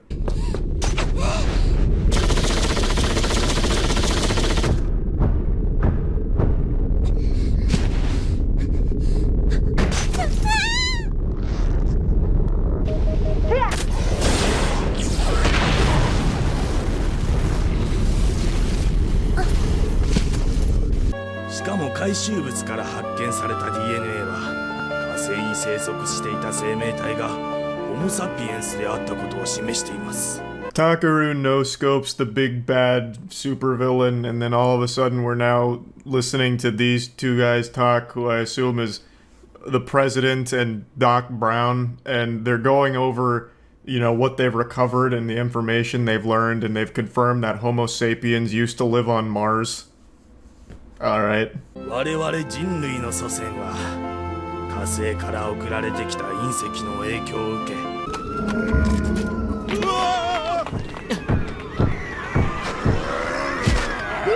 だ生きてるぞ。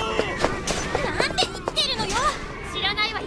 Turns out humanity was influenced by the Martians, and the big bad guy rises like the Undertaker. Like fucking Dracula rising out of his coffin. He's back, and he's taken Takeru to tell him some evil shit. この星を侵略したのは貴様たちなのだ。俺たちこそ地球人。火星人を死滅させたウイルスで解放された本当の地球人だ。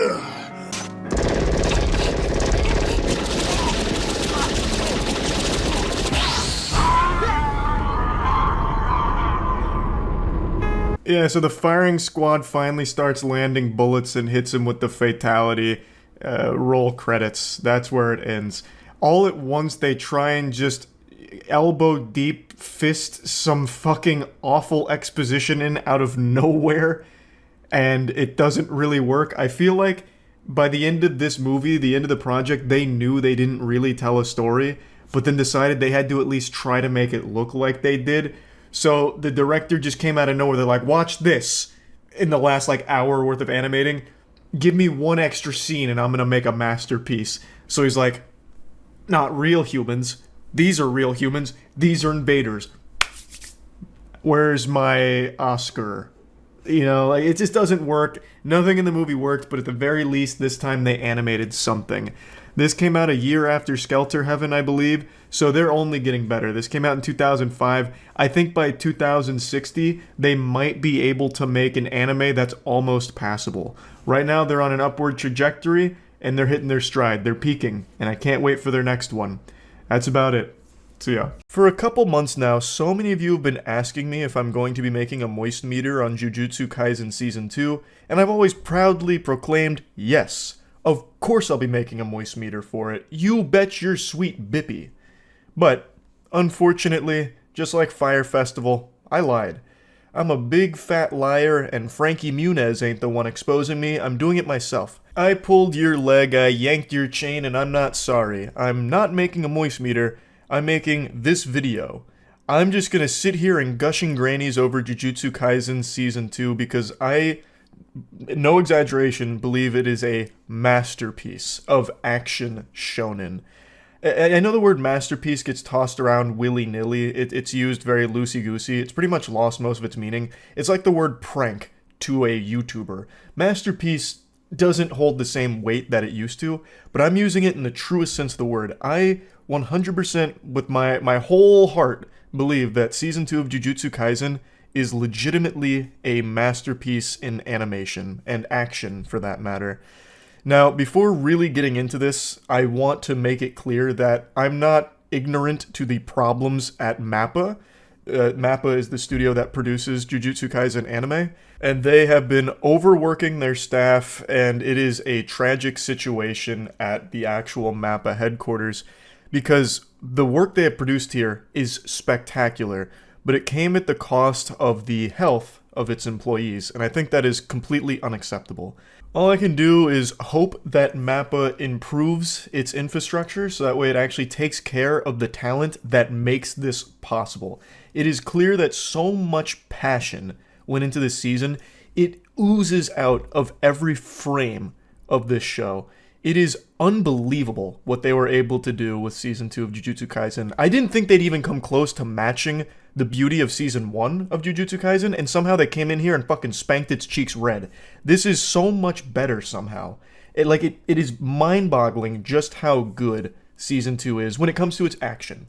So, let me dive into this. I think, and I said this for Jujutsu Kaisen Season 1, that this is the best pure action that anime has to offer, period. This is about the best it can get in that genre. I don't think there's anything else that really competes with it in terms of what they're able to capture in the anime. Now, that being said, I do understand that a lot of people have complaints about its story and its power scaling, as well as some of its characters not ever really being developed and sometimes just used to like shock death and like startle viewers. And I do get those complaints. Like, I definitely do feel that in Season 2 here. They introduce some really cool characters, only to like quickly just kill them off, or even kill off a character that never really had a chance to really be fully explored and be fully fleshed out, even though there were all signs pointing to that being the case. So it feels like at points the narrative was there just to subvert your expectations for the sake of it, which felt a little unsatisfying to see a character's story come to a close the way that it did a couple times. Though other times, it really felt like, damn, this is a big important moment, and it does feel like they were sent out in a really fitting way. So it was a couple hits and a couple misses when it came to that, but overall it didn't detract from my enjoyment of the story or the show as a whole. I actually love the universe of Jujutsu Kaisen, and I love the characters. Todo is still my favorite character, and even though he's not as prominent in this season as he was in Season 1, when he's here, he fucking shines. He shines bright like a diamond. I love Todo. And even characters that I didn't really care for in Season 1 have really great moments and even like small arcs in Season 2, like Mechamaru. And it even explores the villain side of things and makes you somewhat sympathetic to a couple of them, like Jogo, for example, who was kind of a joke. But Jogo is really interesting because he only squares off against the strongest possible fucking opponents, so we never really get to see him display his power against people less than godlike and nearly unbeatable. In Season 2, we do get to see him, like, flex. Like, we get to see him go crazy on some sorcerers that aren't necessarily unbeatable fucking deities. And damn, he is strong. He is spitting and shitting on people. Season 2 is really like this avalanche of hype. It starts with just this absolute fucking snowball rolling down the hill of hype, adrenaline, incredible action, and it's all beautiful to watch, and it never stops. It just keeps gaining speed, gaining girth, gaining mass. It's just this fucking non-stop runaway train of beauty, and I loved every second of the ride. I don't want to get into anything spoilery here. I really do just want to sing its praises because I think what's been produced is something extremely special. Now, there are plenty of valid complaints like about what not to like about Jujutsu Kaisen when it comes to story and characters and whatever, but there is no real complaint that can be made that its action or its animation is anything less than top tier and some of the best the industry has ever seen. Full stop. if there's anyone saying otherwise, they're being contrarian for the sake of it, or trying to get like engagement bait, because it is legitimately objectively speaking, some of the most beautiful, most dynamic action that anime has right now. And it's kept up through the entire season. It's not just a couple tiddlywinks sprinkled throughout major episodes and major narrative moments. It's every episode, every fight has so much tender loving care put into every goddamn frame that it creates this beautiful piece. Every fight, every moment of a fight is amazing. And it's not just like a couple of big moves that are animated really well. They have so much hand-to-hand combat with like a dynamic moving camera that follows the action around, and it never really gets disorienting, except for a couple of moments during fights where things just go absolutely chaotic, like legitimately fucking bonkers. But other than that, it's all extremely easy to understand what's happening and so fun to watch. I really think Jujutsu Kaisen Season 2 is perhaps the best action shonen that can be made. Like, I don't know how you can do action in anime better than this season just did. Like, I feel like we've just now been spoiled for the rest of the humanity's existence on this fucking space rock with the best possible action anime we will ever see. Which is cool, you know, what a time to be alive, but damn, like, where do you go from here? I don't think it can be topped. I really don't. I can't recommend this show enough. I think even if you hate anime, if you hate animation, you will still probably find a lot of enjoyment watching the action here. Because Jesus Christ, it is a spectacle. So yeah, I just wanted to make this. I know I didn't really get into the nitty gritty on any of it because I just don't even need to. This season is very simple. Bad thing happens. Very creative plan from the bad guys. Goes exactly how they want it to mainly, and now it's a series of fights to try and overpower them, and you're just getting fight after fight after fight after fight after fight. I think every single episode in this season had a big fight in it, or was a continuation of a big fight that had happened in the episode before. And how can you not love that? How can you not love that? Yes, you can want more narratively, I get it, but Jesus Christ, this is still such a beautiful meal to be consumed here. I loved it. I think it is a must-watch. I'm a huge fan. Clearly, I'm sitting here, you know, going wild over it, like a kid on Christmas that just got that bike they've been wanting for so long. But, like, this is an anime wet dream of a production. And it is just still such a shame that MAPPA overworks and mistreats its employees. I need to mention that again, because the talent behind this deserves to have their flowers here. Like, what they have done is unbelievable, and they should be rewarded for that. Not with, like, pain and misery while working at MAPPA and dreading every single day. I remember I read something on Twitter how during one of the major fights in the episode, they'd actually slid in the MAPPA headquarters building and it gets like blown to pieces or something. I don't know if that was just a meme or if that's true, but I do believe it because a lot of animators came forward to talk about their awful experience while working on this because of the way MAPPA oversees the project. And that fucking sucks because this, what they've made, is incredible and this talent deserves to be rewarded. So, amazing season, amazing show, amazing series. I'm trying so hard not to read the manga because I want to just experience it in its animated format. But man, it is tough to fight that urge. Anyway, highly recommend. That's about it. See ya. Well, I finally found an anime that I'm comfortable calling the worst one I've seen so far, and I haven't even finished it yet. In fact, I've only watched one episode, and I immediately just need to talk about this and go over some of it with you all, and it's one I'm sure you've heard of. It's called X-Arm. It was a Crunchyroll original from last year, and it is, by no exaggeration, the worst animation I've ever seen in my life. I would have rather watched this story on a stack of note cards that someone was flipping through like a flip book. The animation would have been smoother there than in this show. It's like a stick figure pivot animation half the time, but not nearly as good. I swear to God, the General Auto Insurance animated commercials look better than this entire show. I don't know what went wrong. I don't know what team they hired to do this. The same visionaries behind Food Fight? It blows my mind how unpleasant this thing is to look at. I got so offended, I looked into the team a little bit because I couldn't imagine an actual team put together this disaster, this fucking catastrophe. And it turns out there was only one person on the entire staff that worked on the show that had ever had any history in anime. Everyone else, this was their first foray into the medium. The main guy behind X-Arm was a live-action director, who wasn't exactly a great live-action director to begin with, but they hired him because they thought it would be interesting to have someone with no animation background work on this for some reason. They thought that since the last movie he did was like a martial arts movie, they thought he'd be a good choice for like action in the animated medium, which he wasn't at all, clearly. But anyway, I'd like to go over the first episode here. 次の合コン誘ってやるからアドレス教えろよ。俺スマホ持ってねえんだ。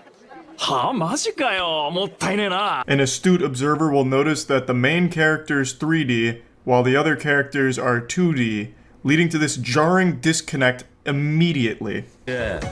お前の機械嫌いにも困ったものだけど料理は上手だよな。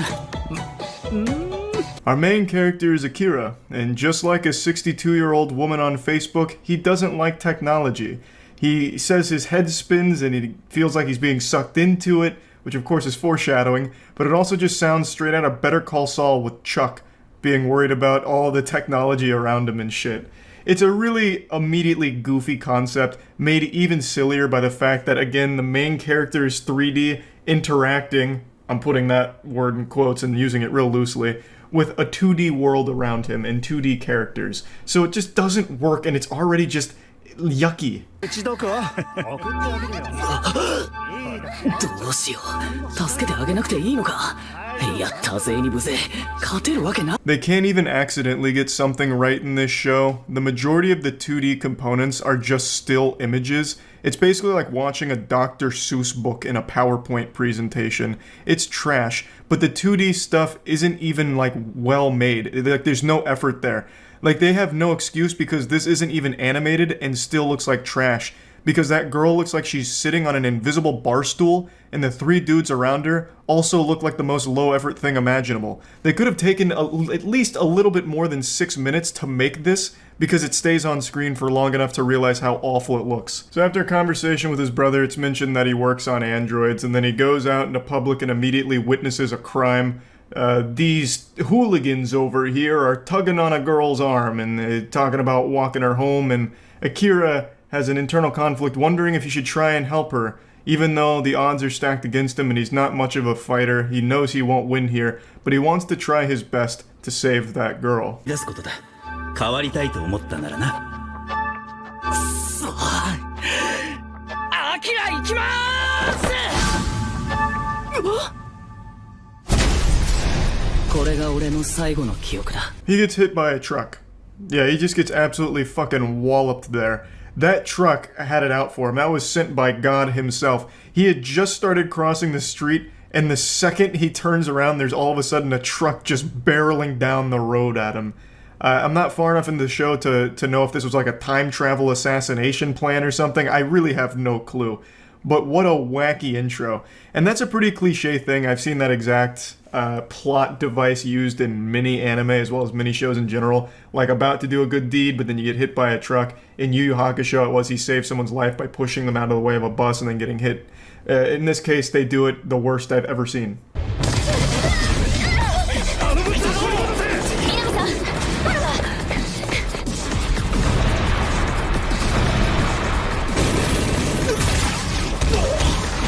Fast forward 16 years post-truck blast, and we are now looking at an android and a police officer who are going through hell right now. And this android needs a hardware update or something. Like, there needs to be a patch to her aiming, because she doesn't hit a single shot. So what the fuck is the point of an android officer if they have the same level of accuracy as me shooting a gun with my eyes closed? But luckily she has martial arts to rely on.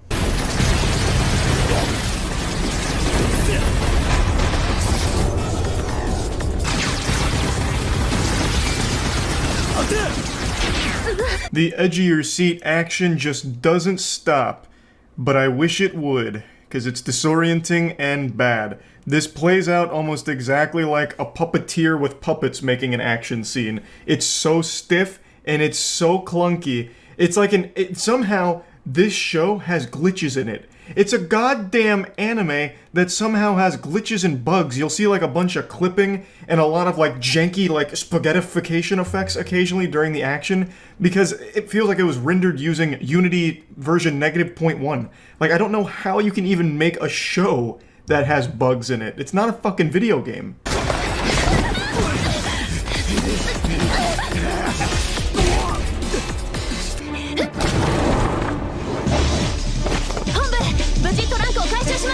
They managed to secure the trunk, mission accomplished, and then we finally get Akira back, and we see what role he plays in this whole thing.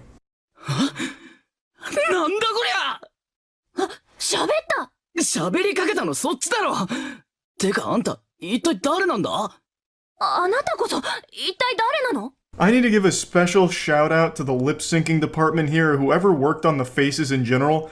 They are so unbelievably awful that I can't help but be impressed by the ineptitude. I have never seen faces this emotionless. And I'll show some other examples here. They only have 3 emotions. It's neutral, happy, and mad. And the way they express these is the positioning of the eyebrows, and that's it. There's 3 levels the eyebrows will end up at, and nothing else. And the lips only move up and down sometimes. It's so shockingly terrible. But anyway, Akira's back. He's now an X-Arm. He is what was in the trunk. He's an X-Arm unit now, which is a very sought-after piece of technology. I'll just fast forward through some of the filler here and fill you in that he can take control of Alma, the android, whenever he wants or whenever she invites him to, and it becomes a very useful tactic. 通常の武器では絶対に勝ち目はないからです。それが X アームです。 This is the main villain of episode 1, and he's out here looking like he just escaped a lobotomy.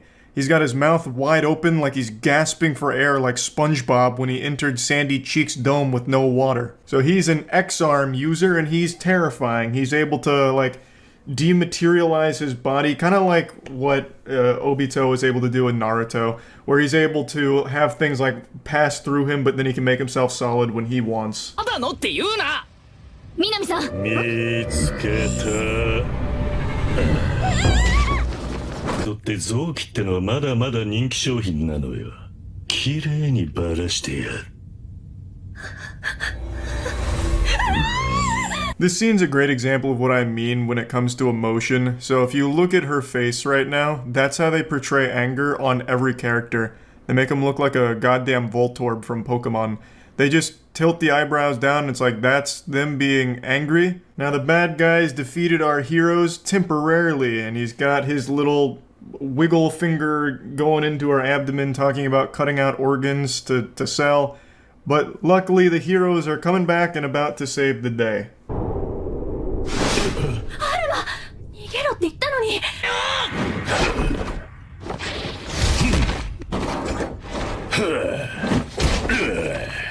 God, the fights feel so empty. It's like they're fighting in a sensory deprivation tank. There's no sound effects other than yeah, oh, yeah, oh, and that's it. Nothing else. Sometimes they have like impact sound effects, but there's no like backing track. There's no ambient noise or anything. It's just this uncomfortable series of groans and clunky moves. あの子たちはどこだ？早く探さないと。いた。あなたですか？昔から機械が苦手なんだ。中に吸い込まれそうな感じで。やめろ、早く私の中に入って。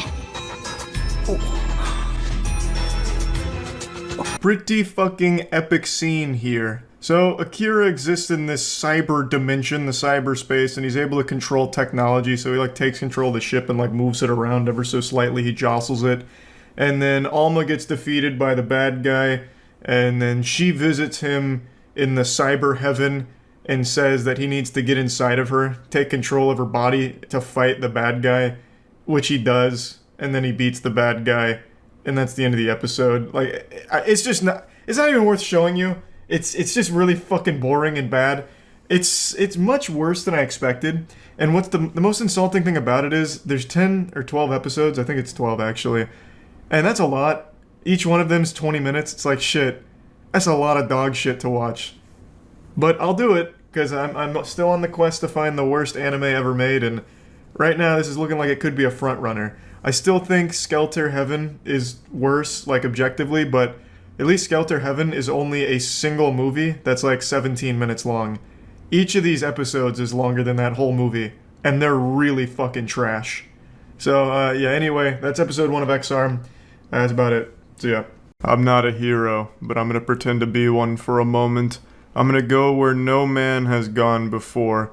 A place where God prayed his children would never find. The last page of myanimelist.com. Much like Indiana Jones, I've been consumed with the idea of discovery. I want to find and watch the worst anime ever made, like the objective biggest pile of dog shit ever for anime. And what better place to start than rank 12,638 on my anime list. This is the lowest rating on the entire site. Everything below this is unrated, so it either never came out or just doesn't exist. So the lowest one here is Tinku Danzai Skelter plus Heaven. So the mission is pretty simple, and there's a very clear starting point here for my noble crusade. The journey of 1,000 miles begins with a single step, and I'm not a pussy, so I'm gonna take that first step no problem. Now, unlike Indiana Jones, I won't be shielding my eyes when I open the Ark of the Covenant here with the worst anime on this site. I'm going to pop this bitch open and just embrace this miasma of filth as it melts my flesh with how god-awful I already know Helter Skeven, whatever the fuck it's called, Tinku Danzai, Seltzer, whatever the fuck. I already know it's going to be bad. But going into this, the one right above it is actually what I want to talk about first. There are some confusing and wacky little tiddlywinks of trash on this list that pretty much no one would consider anime. Not because they're elitist, but because they're like 2-minute YouTube poop shorts, like this. This piece of content here is 2 minutes and 50 seconds-ish, and it's on YouTube. This girl is Sayuri. Sayuri! This creature is Sayuri's mama. Mama! This creature is Sayuri's papa. Papa! Hiroshi! Sayuri! Mama, papa, mama, papa. Now you know how it feels to chew 5 gum. This shit looks like a little Tool music video, kind of. It's very peculiar, but I wouldn't really consider it like an anime, per se. It's just more of like a small shit post that for some reason has a My Anime listing. So when going through all of this to look for the worst anime ever made, things like this I probably won't even bother considering. I just wanted to put that out there right away since there's multiple entries like this on there. So let's go ahead and dive into the lowest ranked anime on the site. Tinku Danzai Skelter plus Heaven equals garbage, I suppose. Well, this was a lot worse than I expected it to be. I'm pretty sure this was made by someone who escaped a lobotomy mid-operation. So you start this piece of shit by slowly zooming in on this marble that's supposed to be the Earth while a heartbeat sound goes on for like a minute. It overstays its welcome almost immediately, and it's the longest shot in the entire movie. This is 20 minutes of pure agony. But it's not all bad though, at least they translated it to English using Babelfish. Skelter plus Heaven. Her fate, which does not get used to by nature, machines, was left to your hand. The human body arms, which had the program embedded so that a command may be obeyed from when born. That's Socrates level wisdom right there. This sounds like a poor translation from some random person in the YouTube comments, but it's actually what they used in the movie. 警戒態勢だぞ。聞いてないのか。でかいな。300メートルくらいか。 Luckily, the plot's super easy. There's a squid here, and we want to kill it. That's about it. Everything else that happens is pretty nonsensical, but that's the core idea. So the guy you just saw walking in is like a team leader who puts together a squad of waifus in order to fight this squid. And the squid's not really doing anything. It just kind of looks like a 3D asset for a tentacool. It's just like this weird, goofy, like vanilla ice cream cone squid thing that just floats around and doesn't actually participate or fight back at all, really.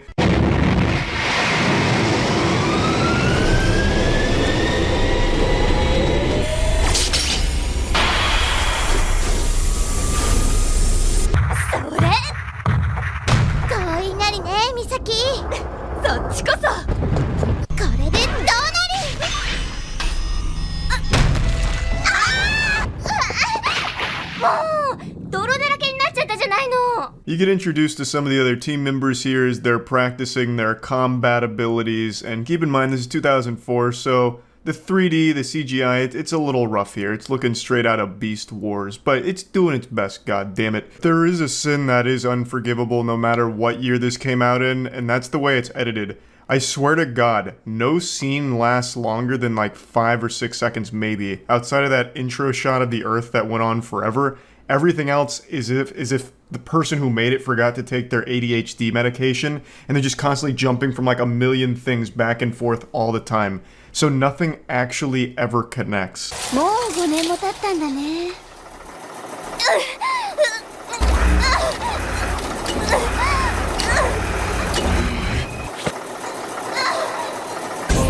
全員揃いました。 That's not me editing this at all. That's just how it is in the movie. It's like an AMV where they try and capture the most boring moments imaginable.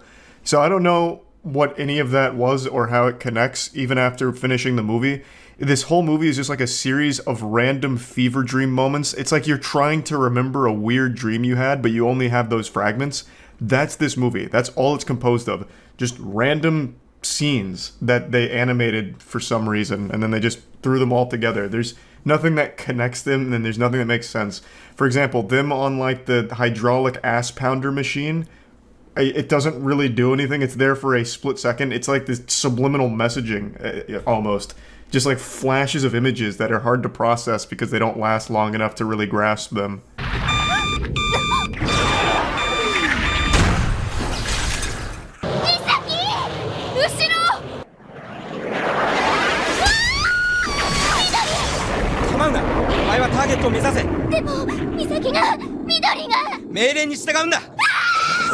I'm cutting out a lot here, but eventually they get in their skelters and they start fighting the squid.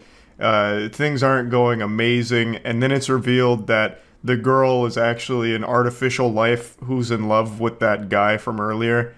And it all comes out of nowhere. It doesn't really make sense, and you don't really give a fuck. I mean, it's hard to make anyone care about these characters in 18 minutes, but they like tried to speed run a nonsensical plot and then still tried to add so much to it and gave it so much fluff. Somehow it's 18 minutes, but it feels like it's 16 minutes too long. It's just crazy. Like, nothing they did worked here in the slightest. But let's go ahead and show you their triumphant victory over the squid.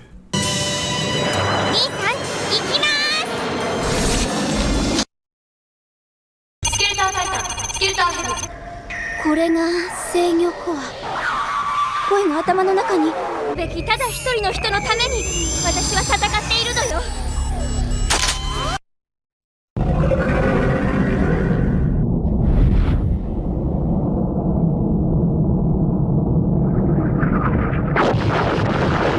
Yeah, cut out some things, but this is the gist of how it happens. It doesn't make sense in the anime either. So, basically, they cut it with a sword and some, like, pillow stuffing falls out. And then all of a sudden, she's somehow jacked into the core of the squid, who I guess is, like, beaming words into her head, saying something about human desire. And she's like, it's just a small group of humans that have desires like that and can't control them. And then fucking locks and loads. I guess. But it, again, like, it doesn't show any of that. That's my assumption, is that she starts just fucking blasting the core. But who knows, really? Maybe she beat it in a philosophical debate and it just blew up from the facts and knowledge that she dropped, all the logic. Anyway, catches smoke, falls, and dies. The end. Or is it? これらの物体は1年前自衛隊によって壊滅させられました。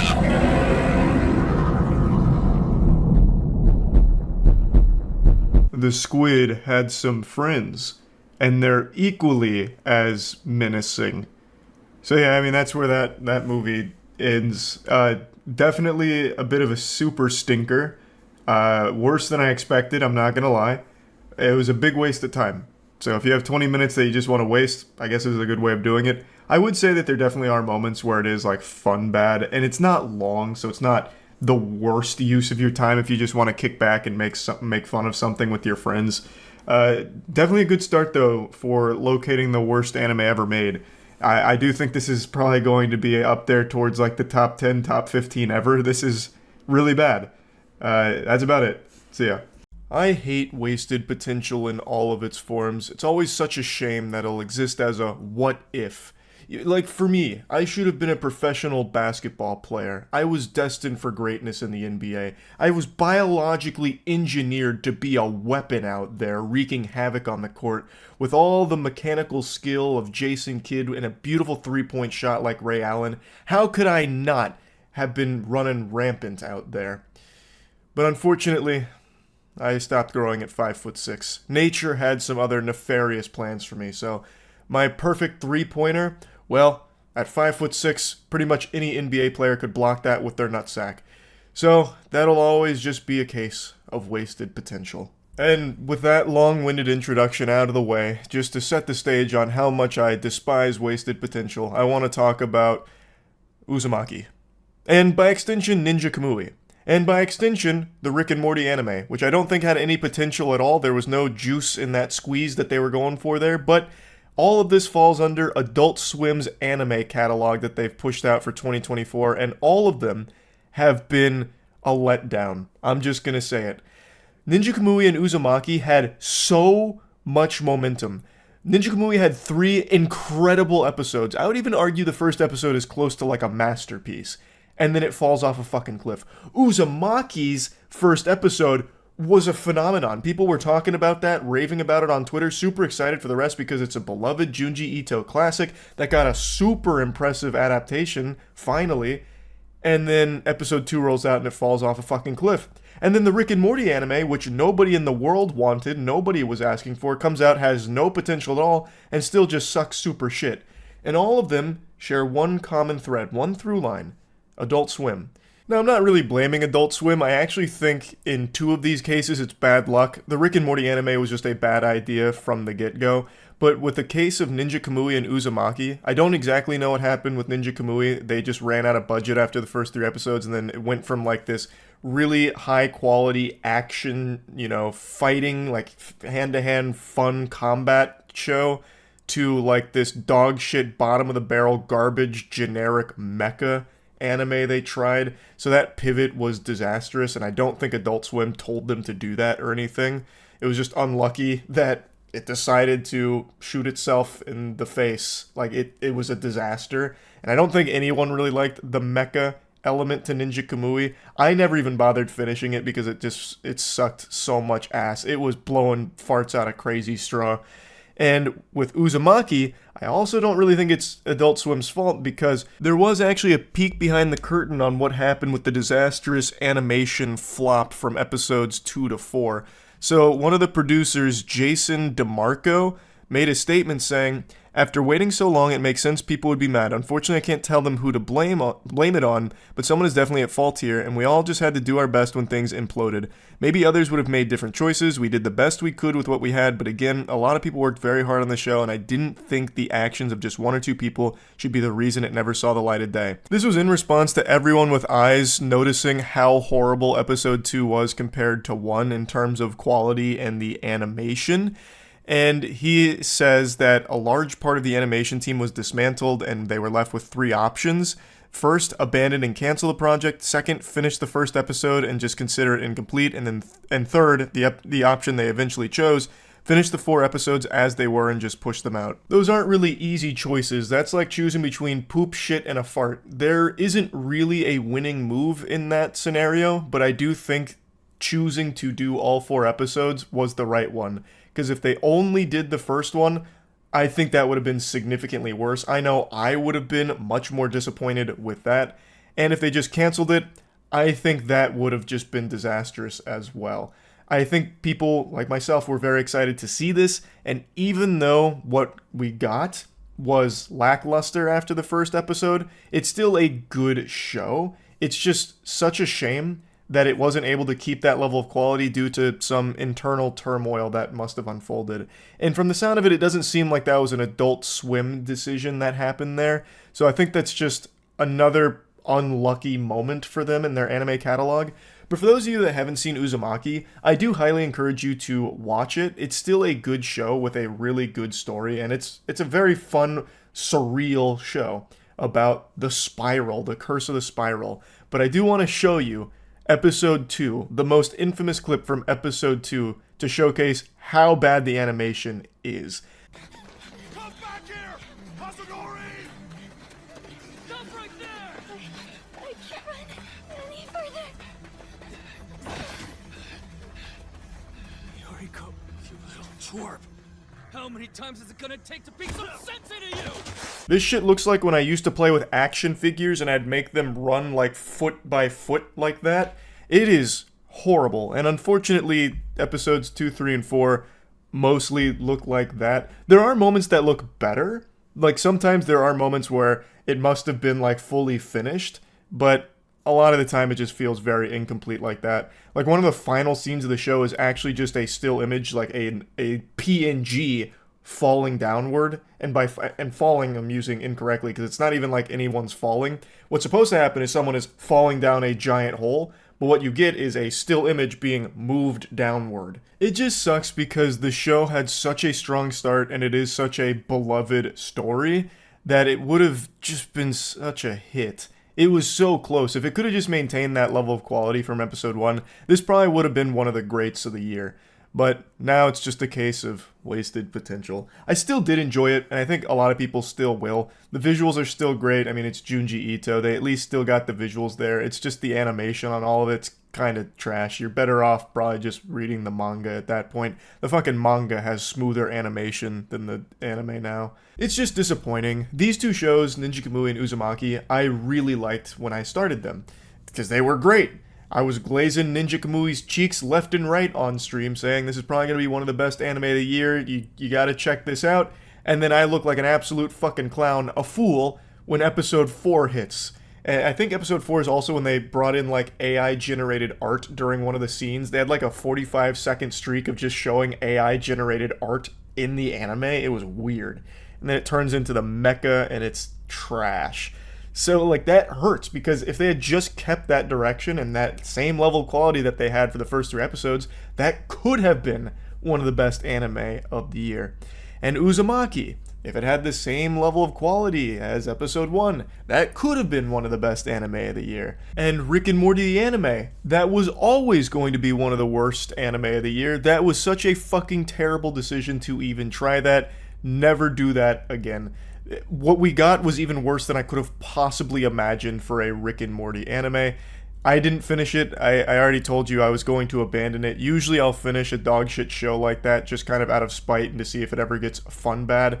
That one was miserable. Truly miserable. Adult Swim, that was a huge miss. But overall, I do think Adult Swim is going in a fun direction. A good idea of taking shows like Ninja Kamui and Uzumaki and trying to bring them to life. I think it's just unlucky how both of those played out. But I hope that they continue down this path so that 2025 Adult Swim anime is just hitting and shitting hard with no hiccups and delivers some bangers. Because I think, I've said this before, I think we're in the golden age of animation right now. There are so many new studios that are popping up with so much talent that we are getting incredibly high quality productions left and right.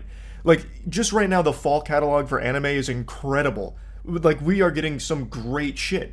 So, I'm just looking forward to more coming out from it. And I just wanted to talk about these two shows because it is a shame to see potential like those wasted. That's really about it. So, yeah. Some of the most important moments of your life that shape who you are as a person are the moments that you do something for the first time. Your first meal that was more than just mashed carrots and breast milk, your first birthday, your first time going to school, your first time hitting a 3-point jump shot buzzer beater in a high-stakes basketball game, your first kiss, your first friend, your first enemy. I still remember my first online critic. Shoutouts to Boney Tony from the GameFAQ.com forums. You diabolical son of a bitch. I will never forgive you for the things you used to say about my Battlefield Bad Company 2 Fun Tactics videos. You revolting bastard. You're still on my naughty list. Point is, life is a journey of firsts. And today, I'm taking another step on that journey by doing a first for my channel.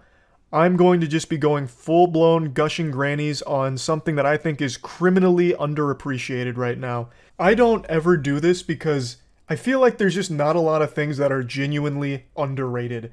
I see this trend a lot with YouTubers and Reddit in particular in a big way. This is a goddamn full-blown epidemic on Reddit and has been since its inception, where they'll be like, does anyone else remember this little obscure diamond? And then it's a picture of like Red Dead Redemption. Or, I bet none of you remember this hidden gem, it just never got the love it deserved. And then it's a picture of Star Wars Battlefront 2. Like, people choose these things and pretend like they were underrated just so it feels more special, when 9 times out of 10 that's not the case. So when I talk about something being underrated, it's something that I genuinely feel most people aren't talking about, haven't talked about, or maybe don't know about, or maybe they forgot about. So that's today's topic, because there is a show that just finished for the season that I really feel most people let slide under the radar for some reason. And I just think that's such a shame, because it does something I've never seen a show do before, which is taking a huge risk in changing everything about it in a big way. And it worked off magnificently if people had only given it a chance. Now, the show I'm talking about is probably one you have heard of, because season 1 was huge. It's an anime called Vinland Saga. Vinland Saga Season 1 was up there with Demon Slayer in terms of how talked about it was. And it's a show that gets my dog excited too. Isn't that right, Tetra? I know, it's a banger. It is a banger, I know. And everyone liked the season of Vinland Saga. First season was a smashing success, and season 2 was rolling around with people hyped for it. But after a handful of episodes, the vast majority of people just dropped it, abandoned it, and never went back and forgot about it. In the wise words of Call of Duty Modern Warfare, 50,000 people used to love this show. Now it's a ghost town. And I feel like that's absolutely sinful. Vinland Saga Season 1 and Season 2 is night and day. Season 2 is absolutely nothing like Season 1, which I imagine is why most people dropped it, because I don't even know why I'm speculating. That is why most people dropped it, because a lot of them called it boring. Season 1 of this show is very action-oriented. It follows the story of Thorfinn, who's a very young child, the son of a very powerful Viking, who watches his dad die right in front of him and swears that he is going to dedicate his life to kill the man responsible, Askeladd. And he joins Askeladd's team, perpetually training to be strong enough to kill him, because Askeladd is a very strong warrior, and Thorfinn needs to train hard in order to get that revenge. So season 1 is all about Thorfinn training to kill Askeladd. It's a story of revenge at any cost. He dedicates his life from the time where he's a child to the time where he's a young adult, just killing. He's killing for Askeladd and part of his crew in order to get the experience, become strong enough to finally eventually kill Askeladd to avenge the death of his father. And all of season 1 is very focused on this relationship between Askeladd and Thorfinn. It's a really well-written show. It's not just mindless action. They are great characters. I still think Askeladd is one of the best villains anime's really ever seen, and he was only here for 1 season. I don't want to get into spoilers, but in order to talk about why season 2 flopped for so many people, I have to. So, spoiler warning, season 1 ends with Askeladd dying, and Thorfinn was not the one to kill him. So this leaves a void in the soul of Thorfinn, because he spent his whole life with one goal in mind. He is actually just he is a single-celled organism, and that cell is fucking vengeance. He wants to kill Askeladd no matter what. That was his whole reason for existing. And now, he watched Askeladd die and he didn't get to do it. Thus, he'll never be able to actually avenge his father. It also leaves him feeling more confused than I was at the end of Inception. He spent his whole life just trying to kill Askeladd, wanting to kill Askeladd, but he also spent his whole life with him, training with him, eating with him, battling with him. It kind of became like Askeladd was his father figure.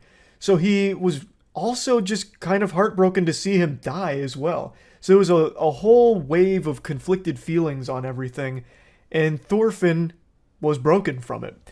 Season 1 ends with that. Season 2 picks up a little bit into the future, and we're looking at a very different Thorfinn. He's hollow, he's empty, he's a fucking shell of a man, he's a husk. He's now a slave on a farm, doing labor with no real purpose for living, and we get to learn about Thorfinn and watch him kind of figure himself out. Season 2 has almost no action. It is very much focused on being a character piece of Thorfinn and following his journey from just a killing machine a damn near ass-beaten immortal deity of cheek clapping on the battlefield, to now being a farmer. He is a slave, and he's coming to terms with all of the evils that he's taken part in, and it makes him sick.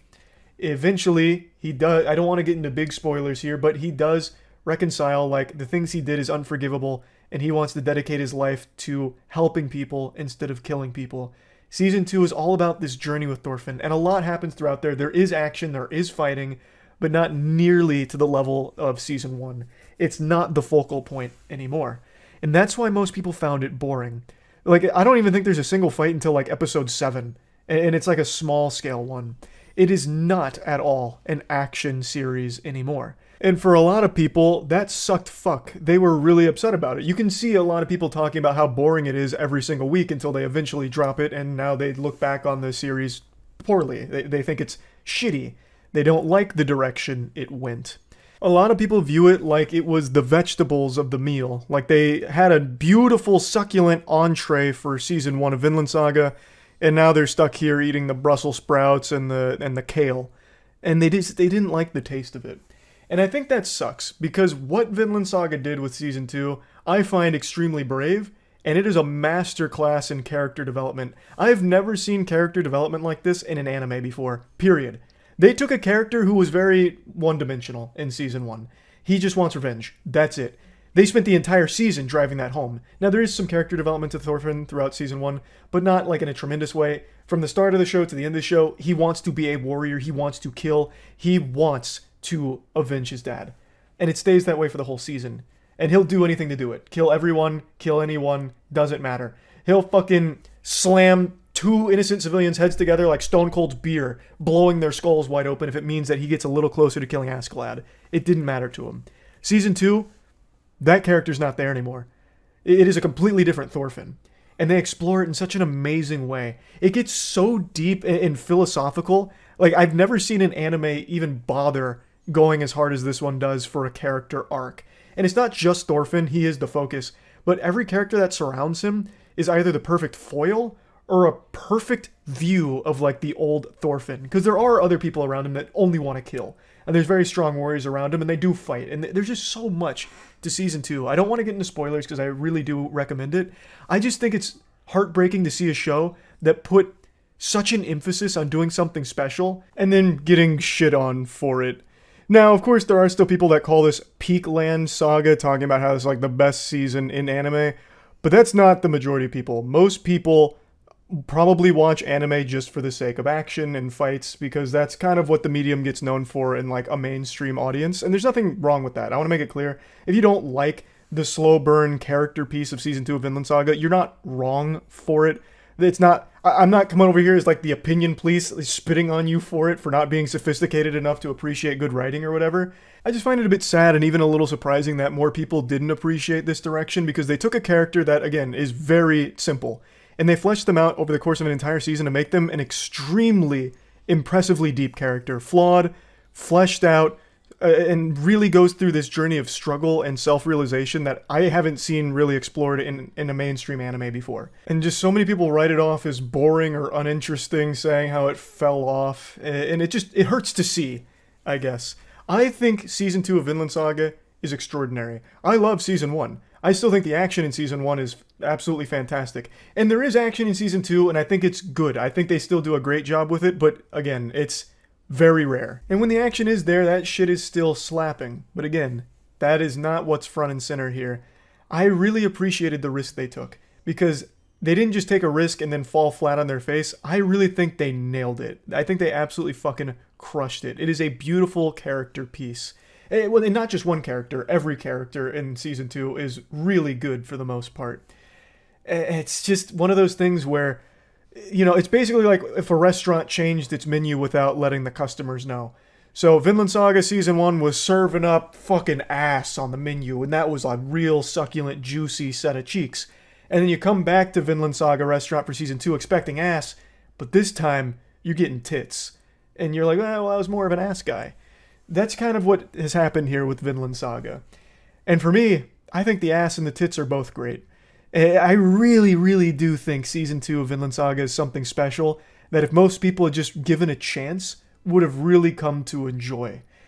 There is no shortage of just mindless action anime. There is no shortage of just fucking turn your brain off, shove popcorn in your face shonen, and that's great. There's nothing wrong with that, just having a good time with it. But this is one of the few anime that actually gets very, very thought-provoking and very deep on a level that most don't even dare to go. So I just think Vinland Saga Season 2 is criminally underrated and overhated by people that just found it boring. So yeah, anyway, I just want to talk about it a little bit because it's been on my mind since I finished the season finale a few days ago. I was going to make a moist meter for it, but I felt like that just wouldn't do it justice. I really wanted to dive in even deeper here and explain why I think it is a very, very good season of anime that most people aren't even giving a chance. So yeah, that's really about it. See ya.